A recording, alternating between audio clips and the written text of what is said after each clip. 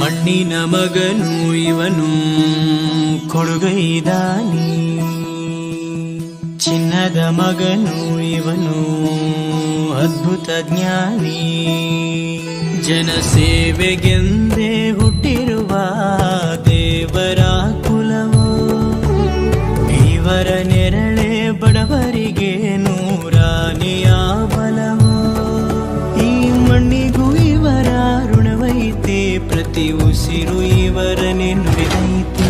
ಜಯ ರತ್ನಾಕರ ಜಯ ರತ್ನಾಕರ ಜಯ ರತ್ನಾಕರ ಜಯತೋ, ಜಯ ರತ್ನಾಕರ ಜಯ ರತ್ನಾಕರ ಜಯ ರತ್ನಾಕರ ಜಯತೋ.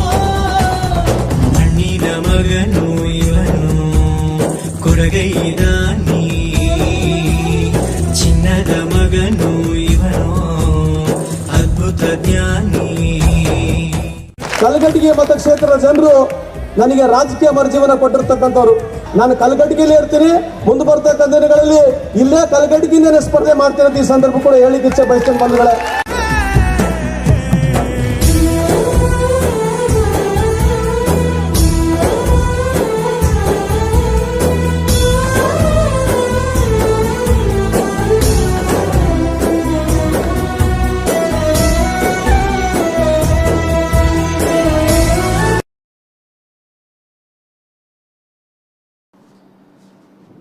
ಜೈ ಭೀಮ್. ಎಲ್ರಿಗೂ doctor BR Ambedkar ಅವರ ಜನ್ಮದಿನದ ಶುಭಾಶಯಗಳು ಎಲ್ರಿಗೂ. ಲಾಸ್ಟ್ ಕ್ಲಾಸಲ್ಲಿ ನಾವು ಬ್ಯಾಂಕಿಂಗ್ ವ್ಯವಸ್ಥೆ ಸತತವಾಗಿ ಬಹಳ ದಿವಸದಿಂದ ನೋಡ್ತಿದ್ದೀವಿ. ಇವತ್ತು ಬ್ಯಾಂಕಿಂಗ್ ಸೆಕ್ಟರ್ ಮುಗಿತಿತ್ತು. ನಿಮ್ಗೆ ಇನ್ಫ್ಲೇಷನ್ ಡಿಫ್ಲೇಷನ್ ಬಗ್ಗೆ ಇವತ್ತೇನಂತಂದ್ರೆ ಡಿಸ್ಕಷನ್ ಮಾಡಬೇಕು. ನಿಮ್ಗೆ ಸ್ವಲ್ಪ ಇನ್ನು ಬ್ಯಾಂಕಿಂಗ್ ವ್ಯವಸ್ಥೆ ಇನ್ನು ಸ್ವಲ್ಪ ಇದೆ, ಅದನ್ನು ಮುಗಿಸ್ಕೊಂಡು ಹೋಗೋಣ ಅಂತ. ಹಾಗಾದ್ರೆ ಇವತ್ತೇನಂತಂದ್ರೆ ಆಮದು ಮತ್ತು ರಫ್ತು ಬ್ಯಾಂಕುಗಳ ಬಗ್ಗೆ ಇವತ್ತೇನಂತಂದ್ರೆ ಹೇಳ್ಬೇಕು ನಿಮ್ಗೆ. ಆಮದು ಮತ್ತು ರಫ್ತು ಬ್ಯಾಂಕುಗಳು, ಎಕ್ಸ್ಪೋರ್ಟ್ ಮತ್ತು ಇಂಪೋರ್ಟ್ ಬ್ಯಾಂಕುಗಳ ಬಗ್ಗೆ ಹೇಳ್ಬೇಕು ನಿಮಗೆ. ಇವತ್ತು ಆಮದು ಮತ್ತು ರಫ್ತು ಬ್ಯಾಂಕು ಅಂತ ಕರಿತೀವಿ. ಓಕೆ, ಇದನ್ನ ಎಕ್ಸಿಮ್ ಬ್ಯಾಂಕ್ ಅಂತ ಹೇಳಿ ಕರಿತೀವಿ. ಲಾಸ್ಟ್ ಕ್ಲಾಸ್ ಅಲ್ಲಿ ಕೂಡ ಏನಂತಂದ್ರೆ ಇದ್ರ ಬಗ್ಗೆ ಸ್ವಲ್ಪ ಕೂಡ ಏನಂತಂದ್ರೆ ಡಿಸ್ಕಷನ್ ಮಾಡಿರಲಿಲ್ಲ.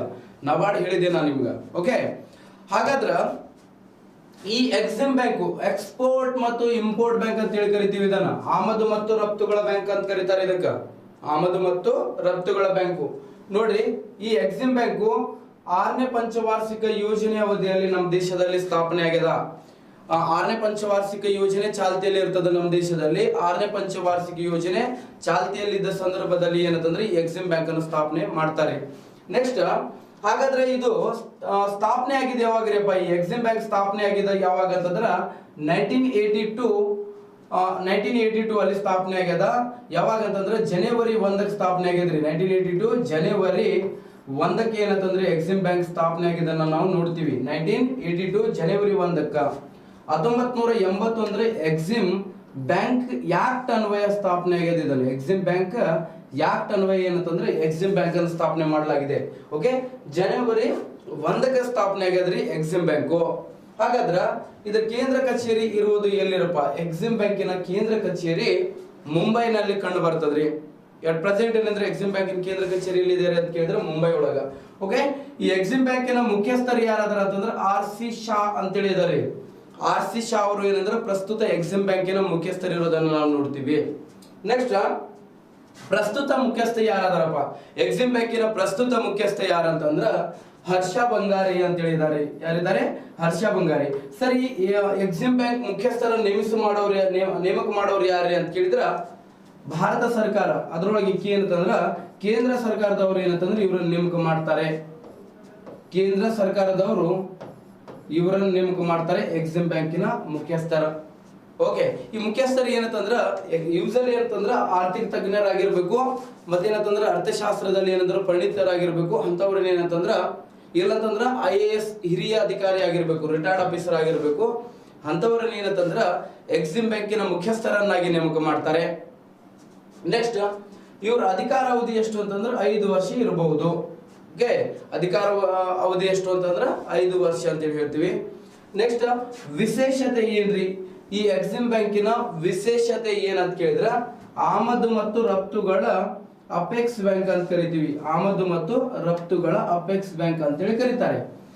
ಅಪೆಕ್ಸ್ ಅಂತಂದ್ರ ಪರ್ಟಿಕ್ಯುಲರ್ ಆಗಿ ಇದು ಆಮದು ಮತ್ತು ರಫ್ತುಗಳಿಗೋಸ್ಕರ ಎಕ್ಸ್ಪೋರ್ಟ್ ಮತ್ತು ಇಂಪೋರ್ಟ್ ಮಾಡುವಂತಗೋಸ್ಕರ ಸಾಲ ಕೊಡುವುದರಿಂದ ಇವುಗಳನ್ನು ಏನಂತ ಕರೀತಾರೆ, ಈ ಎಕ್ಸಿಮ್ ಬ್ಯಾಂಕ್ ಅನ್ನು ಏನಂತ ಕರೀತಾರೆ, ಆಮದು ಮತ್ತು ರಫ್ತು. ಈಗ ನಬಾರ್ಡ್ ಅನ್ನು ಕೃಷಿ ಮತ್ತು ಗ್ರಾಮೀಣಾಭಿವೃದ್ಧಿ ಅಪೆಕ್ಸ್ ಬ್ಯಾಂಕ್ ಅಂತ ಹೇಳಿ ಕರೀತಾರೆ ಅಂತ ಹೇಳಿ ನಿಮ್ಗೆ ಗೊತ್ತಿತ್ತು. ನಬಾರ್ಡ್ ಅನ್ನ ಕೃಷಿ ಮತ್ತು ಗ್ರಾಮೀಣಾಭಿವೃದ್ಧಿ ಅಪೆಕ್ಸ್ ಅಂತ ಕರೀತಾರೆ.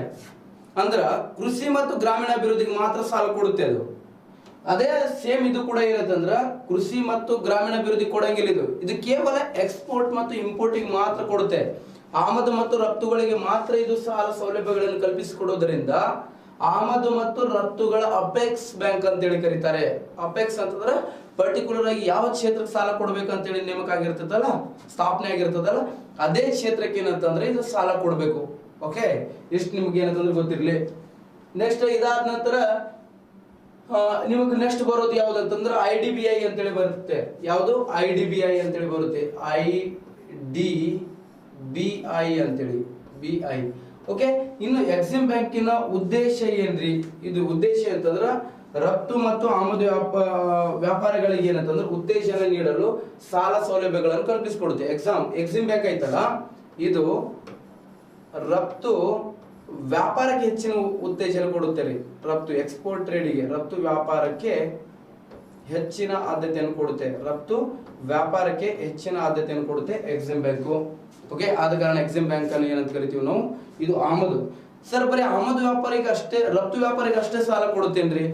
ಕೆಲವೊಂದು ಸಂದರ್ಭದಲ್ಲಿ ಏನಂತಂದ್ರೆ ಅವಶ್ಯಕ ಇರುವಂತ ಸರಕುಗಳನ್ನು ನಾವು ಇಂಪೋರ್ಟ್ ಮಾಡಿಕೊಳ್ಳುವಾಗ ಆಮದು ವ್ಯಾಪಾರಕ್ಕೂ ಕೂಡ ಏನಂತಂದ್ರೆ ಇದು ಸಾಲ ಸೌಲಭ್ಯಗಳನ್ನು ಕಲ್ಪಿಸಿಕೊಡಬಹುದು. ಆಮದು ವ್ಯಾಪಾರಕ್ಕೂ ಕೂಡ ಏನಂತಂದ್ರೆ ಸಾಲ ಸೌಲಭ್ಯವನ್ನು ಕಲ್ಪಿಸಿಕೊಡುವಂತ ಬ್ಯಾಂಕ್ ಆಗಿದೆ.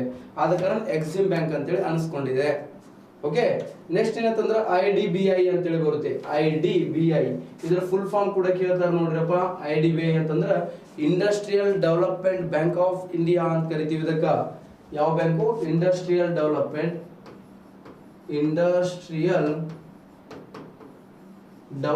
ಬ್ಯಾಂಕ್ ಆಫ್ ಇಂಡಿಯಾ ಅಂತ ಕರಿತೀವಿ. Development bank of India, industrial development bank of India. Industrial ಯಾವ development? Industrial development bank of India ಅಂತೇಳಿ ಕರಿತೀವಿ. ಈ IDBI ಅದಲ್ಲ, ಇದು ಮೂರನೇ ಪಂಚವಾರ್ಷಿಕ. ಈ ಬ್ಯಾಂಕು, ಈ IDBI ಬ್ಯಾಂಕು ಮೂರನೆಯ ಪಂಚವಾರ್ಷಿಕ ಯೋಜನೆ ಅವಧಿಯಲ್ಲಿ ಸ್ಥಾಪನೆ ಆಗಿದೆ ರೀ. ಎಷ್ಟೇ ಪಂಚವಾರ್ಷಿಕ ಯೋಜನೆಯಲ್ಲಿ ಸ್ಥಾಪನೆ ಆಗ್ಯದ ಅಂತ ಕೇಳಿದ್ರೆ ಮೂರನೇ ಪಂಚವಾರ್ಷಿಕ ಯೋಜನೆ ಅವಧಿಯಲ್ಲಿ IDBI ಸ್ಥಾಪನೆ ಆಗ್ಯದ. ಹಾಗಾದ್ರೆ ಇದು ಸ್ಥಾಪನೆ ಆಗಿದೆ ಯಾವಾಗ್ರಿ ಅಂತ ಕೇಳಿದ್ರೆ 1964 ಜುಲೈ 1ಕ್ಕೆ ಸ್ಥಾಪನೆ ಆಗ್ಯದ. 1964 ಜುಲೈ 1ಕ್ಕೆ ಸ್ಥಾಪನೆ ಆಗ್ಯದ. ಯಾವ ಆಕ್ಟ್ ಅನ್ವಯ ಸ್ಥಾಪನೆ ಆಗ್ಯದ್ರಿ ಈ IDBI ಬ್ಯಾಂಕ್ ಅಂತಂದ್ರ 1964 IDBI ಆಕ್ಟ್ ಅನ್ವಯ ಸ್ಥಾಪನೆ ಆಗಿದೆ. 1964 ಯಾವ act? IDBI act. IDBI act ಅನ್ವಯ ಏನಂತಂದ್ರೆ IDBI ಅನ್ನ ಸ್ಥಾಪನೆ ಮಾಡಲಾಗಿದೆ. ಓಕೆ, ಹಾಗಾದ್ರೆ ಈ ಆಕ್ಟ್ ಆಗಿದೆ ಯಾವಾಗ ಅಂದ್ರೆ 1964 ಅಲ್ಲೇ ಆಯಿತು. IDBI ಆಕ್ಟ್ ಅನ್ವಯ ಇದನ್ನ IDBI ಬ್ಯಾಂಕ್ ಅನ್ನ ಸ್ಥಾಪನೆ ಮಾಡಲಾಗಿದೆ. ಇದರ ಕೇಂದ್ರ ಕಚೇರಿ ಎಲ್ಲಿದೆ ರೀ IDBI ಬ್ಯಾಂಕಿನ ಅಂತ ಕೇಳಿದ್ರ ಇದರ ಕೇಂದ್ರ ಕಚೇರಿ ಇದೆ ರೀ ಮುಂಬೈನಲ್ಲಿ ಇದರ ಹೆಡ್ ಕ್ವಾರ್ಟರ್ ಕಂಡು ಬರ್ತದ. ನೆಕ್ಸ್ಟ್ ಇದರ ಮುಖ್ಯಸ್ಥರು ಯಾರದಾರಿ? ಪ್ರಸ್ತುತ ಮುಖ್ಯಸ್ಥರು ಯಾರದಾರ IDBI ಬ್ಯಾಂಕಿನ? MR ಕುಮಾರ್ ಅಂತೇಳಿ ಪ್ರಸ್ತುತ ಮುಖ್ಯಸ್ಥರಾದ್ರ. ಇದರ ವಿಶೇಷತೆ ಏನಪ್ಪಾ ಅಂತ ಕೇಳಿದ್ರ ಈ ಕೈಗಾರಿಕೆಗಳಿಗೆ ಸಾಲ ನೀಡುವಂತ ಅಪೆಕ್ಸ್ ಬ್ಯಾಂಕ್ ಅಂತೇಳಿ ಕರೀತಾರೆ. IDBI ಬ್ಯಾಂಕು ಕೇವಲ ಕೈಗಾರಿಕೆಗಳಿಗೆ ಸಾಲ ಕೊಡಲು ಮಾತ್ರ ಸ್ಥಾಪನೆ ಆಗಿದ್ದರಿಂದ ಇದನ್ನೇನಂತಂದ್ರೆ ಕೈಗಾರಿಕೆಗಳಿಗೆ ಸಾಲ ನೀಡುವಂತ ಅಪೆಕ್ಸ್ ಬ್ಯಾಂಕ್ ಅಂತೇಳಿ ಕರೀತಾರೆ. ಯಾವುದಕ್ಕೆ ಸಾಲ ಕೊಡುವಂಥದ್ದು? ಕೈಗಾರಿಕೆಗಳಿಗೆ ಸಾಲ ಕೊಡುವಂತ ಯಾವ ಬ್ಯಾಂಕ್ ಅಂತೇಳಿ ಕರೀತಾರೆ ಅಂತಂದ್ರೆ ಅಪೆಕ್ಸ್ ಬ್ಯಾಂಕ್ ಅಂತೇಳಿ ಕರೀತಾರೆ. IDBI ಅನ್ನ, industrial development bank of India. Next actually ಏನಂತಂದ್ರೆ ಯಾವ ಅವಧಿಯ ಸಾಲ ಕೊಡುತ್ತೆ ಸರ್ ಇದು IDBI ಅಂತ ಕೇಳಿದ್ರ ಇದು ಶಾರ್ಟ್ ಟರ್ಮಿಗೆ ಕೊಡುತ್ತೆ, ಮಿಡ್ ಟರ್ಮಿಗೆ ಕೂಡ ಏನಂತಂದ್ರೆ ಲೋನ್ ಕೊಡುವಂತ ಕೆಲಸ ಮಾಡುತ್ತೆ. ಓಕೆ, ಇನ್ನ 2004ರಲ್ಲಿ ನಾವು ಏನಂತಂದ್ರೆ ಶೆಡ್ಯೂಲ್ಡ್ ಮತ್ತು ನಾನ್ ಶೆಡ್ಯೂಲ್ಡ್ ಬ್ಯಾಂಕ್ ಅಂತೇಳಿ ಹೇಳಿದ್ದಿಲ್ಲ ಲಾಸ್ಟ್ ಕ್ಲಾಸ್ ಒಳಗ. ಓಕೆ, 2004ರಲ್ಲಿ ಈ IDBI ಬ್ಯಾಂಕ್ ಅನ್ನು RBI ನ ಶೆಡ್ಯೂಲ್ಡ್ ಗುಂಪಿಗೆ ಏನಂತ ಮಾಡಲಾಗಿದೆ? ಸೇರಿಸಲಾಗಿದೆ. ಶೆಡ್ಯೂಲ್ಡ್ ಗುಂಪು ಅಂತೇಳಿ ಬರ್ತಾವೆ ಅಂತೇಳಿ ಹೇಳಿದೆ ನಾನು. RBI ನ ಶೆಡ್ಯೂಲ್ಡ್ ಗುಂಪಿಗೆ ಕೂಡ ಏನಂತಂದ್ರೆ ಇದನ್ನು ಸೇರಿಸಲಾಗಿದೆ. ಯಾವಾಗ ಸೇರಿಸಿದ್ದಾರೆ ಅಂತಂದ್ರೆ 2004 ಅಲ್ಲಿ ಸೇರಿಸಿದ್ದಾರೆ IDBI ಬ್ಯಾಂಕ್ ಅನ್ನು 1934 RBI ಕಾಯ್ದೆಯ ಶೆಡ್ಯೂಲ್ಡ್ ಅಂತ ಹೇಳಿ ಬರ್ತಾವ್ರಿ. RBI ಯಾವಾಗ 1934 RBI ಆಕ್ಟ್ ನ ಶೆಡ್ಯೂಲ್ ಗುಂಪಿನಲ್ಲಿ ಸೇರಿಸಲಾಗಿದೆ. IDBI ಆಕ್ಟ್ ನ ಯಾವ ಗುಂಪಿಗೆ ಸೇರಿಸಲಾಗಿದೆ ಅಂತಂದ್ರೆ ಶೆಡ್ಯೂಲ್ ಗುಂಪಿಗೆ ಏನಂತಂದ್ರೆ ಈ ಬ್ಯಾಂಕ್ ಅನ್ನು ಸೇರಿಸಿರೋದನ್ನು ನಾವು ನೋಡ್ತೀವಿ. ಶೆಡ್ಯೂಲ್ಡ್ ಮತ್ತು ನಾನ್ ಶೆಡ್ಯೂಲ್ಡ್ ಬ್ಯಾಂಕ್ಗಳು ಬರ್ತಾವೆ ಅಂತೇಳಿ ಹೇಳಿದೆ ನಾನು ನಿಮ್ಗೆ ಲಾಸ್ಟ್ ಕ್ಲಾಸ್. ಸೊ ಅದರ ನೆಕ್ಸ್ಟ್ ಏನಂತಂದ್ರೆ ಇದರ ಅಂಗಸಂಸ್ಥೆ ಮತ್ತೊಂದು ಇದೆ ರೀ, ಯಾವ್ದಂತಂದ್ರೆ ಸ್ಮಾಲ್ ಇಂಡಸ್ಟ್ರಿಯಲ್ ಡೆವಲಪ್ಮೆಂಟ್ ಬ್ಯಾಂಕ್ ಅಂತ ಹೇಳಿ ಕರಿತೀವಿ. ಓಕೆ, ಸ್ಮಾಲ್ ಡೆವಲಪ್ಮೆಂಟ್, ಭಾರತೀಯ ಸಣ್ಣ ಕೈಗಾರಿಕೆ, ಇದರ ಫುಲ್ ಫಾರ್ಮ್ ಕೂಡ ಕೇಳ್ಯಾರ ನೋಡ್ರಿ. ಸಿಡ್ಬಿಯ ಫುಲ್ ಫಾರ್ಮ್ ಕೂಡ ಕೇಳಿದ್ದಾರೆ. ಓಕೆ, ಲಾಸ್ಟ್ ಟೈಮ್ PC ಗೆ ಕೇಳ್ಯಾನ, ಇದನ್ನು ಪೊಲೀಸ್ ಕಾನ್ಸ್ಟೇಬಲ್ ಎಕ್ಸಾಮಿಗೆ ಕೂಡ ಏನಂತಂದ್ರೆ ಕೇಳ್ಬಿಟ್ಟಿದ್ದ ಡೈರೆಕ್ಟ್. ಸಿಡ್ಬಿಯ ಏನಂತಂದ್ರೆ ಫುಲ್ ಫಾರ್ಮ್ ಕೇಳಿದ್ರು. ಸಿಡ್ಬಿ ಅಂತಂದ್ರ small industrial development bank of India. Okay, next ಭಾರತೀಯ ಸಣ್ಣ ಕೈಗಾರಿಕೆಗಳ ಅಭಿವೃದ್ಧಿಯ ಬ್ಯಾಂಕು ಅಂತ ಕರಿತೀವಿ. ಭಾರತೀಯ ಸಣ್ಣ ಕೈಗಾರಿಕೆಗಳ ಅಭಿವೃದ್ಧಿ ಬ್ಯಾಂಕು ಅಂತೇಳಿ ಕರಿತೀವಿ. ಓಕೆ, ಈ ಸಿಡ್ಬಿ ಸ್ಥಾಪನೆ ಆಗಿದ್ದು 1990 ಏಪ್ರಿಲ್ 2. ಸರ, ಈ ಸಿಡ್ಬಿ ಬ್ಯಾಂಕ್ ಸ್ಥಾಪನೆ ಆದಾಗ ನಮ್ಮಲ್ಲಿ ಎಷ್ಟನೇ ಪಂಚವಾರ್ಷಿಕ ಯೋಜನೆ ಇತ್ತು ರೀ? ಎಲ್ಲ ಹಳೆದೆಲ್ಲ ಬ್ಯಾಂಕುಗಳು ಸ್ಥಾಪನೆ ಆದಾಗ ನೀವು 5 year ಪ್ಲಾನ್ ಯಾವ್ಯಾವ ಇತ್ತು ಅಂತೇಳಿ ಹೇಳ್ಕೊತ ಬಂದಿರಿ. ಇದು ಯಾವ್ದಾದ ರೀ ಅಂತ ಕೇಳಿದ್ರೆ ಯಾವ ಪಂಚವಾರ್ಷಿಕ ಯೋಜನೆಗಳು ಇರಂಗಿಲ್ಲ. ಯಾಕಂತಂದ್ರ ಪಂಚವಾರ್ಷಿಕ ಯೋಜನೆಗಳ 2ನೇ ರಜಾವಧಿ ಇರುತ್ತೆ ರೀ. 2ನೇ ರಜಾವಧಿ ಯಾವಾಗ ಇರ್ತಿತ್ತಪ್ಪ ಅಂತ ಕೇಳಿದ್ರೆ 2ನೇ ರಜಾವಧಿ ಇರೋದು ಎಲ್ಲಿಂದ ಎಲ್ಲಿ ಅಂತಂದ್ರ 1990ರಿಂದ 1992ರವರೆಗೆ ಪಂಚವಾರ್ಷಿಕ ಯೋಜನೆಗಳು 2ನೇ ರಜಾ ಅವಧಿ ಇರ್ತದೆ. 2ನೇ ರಜಾ ಅವಧಿ ಇದ್ದ ಸಂದರ್ಭದಲ್ಲಿ ಇವುಗಳನ್ನು ಸ್ಥಾಪನೆ ಮಾಡಲಾಗಿದೆ. ಪಂಚವಾರ್ಷಿಕ ಯೋಜನೆಗಳ ಎಷ್ಟನೇ ರಜಾ ಅವಧಿ? 2ನೇ ರಜಾ ಅವಧಿಯಲ್ಲಿ ಇದನ್ನು ಸ್ಥಾಪನೆ ಮಾಡಲಾಗಿದೆ, IDBI ಅಂತೇಳಿ ಹೇಳ್ಬೋದು.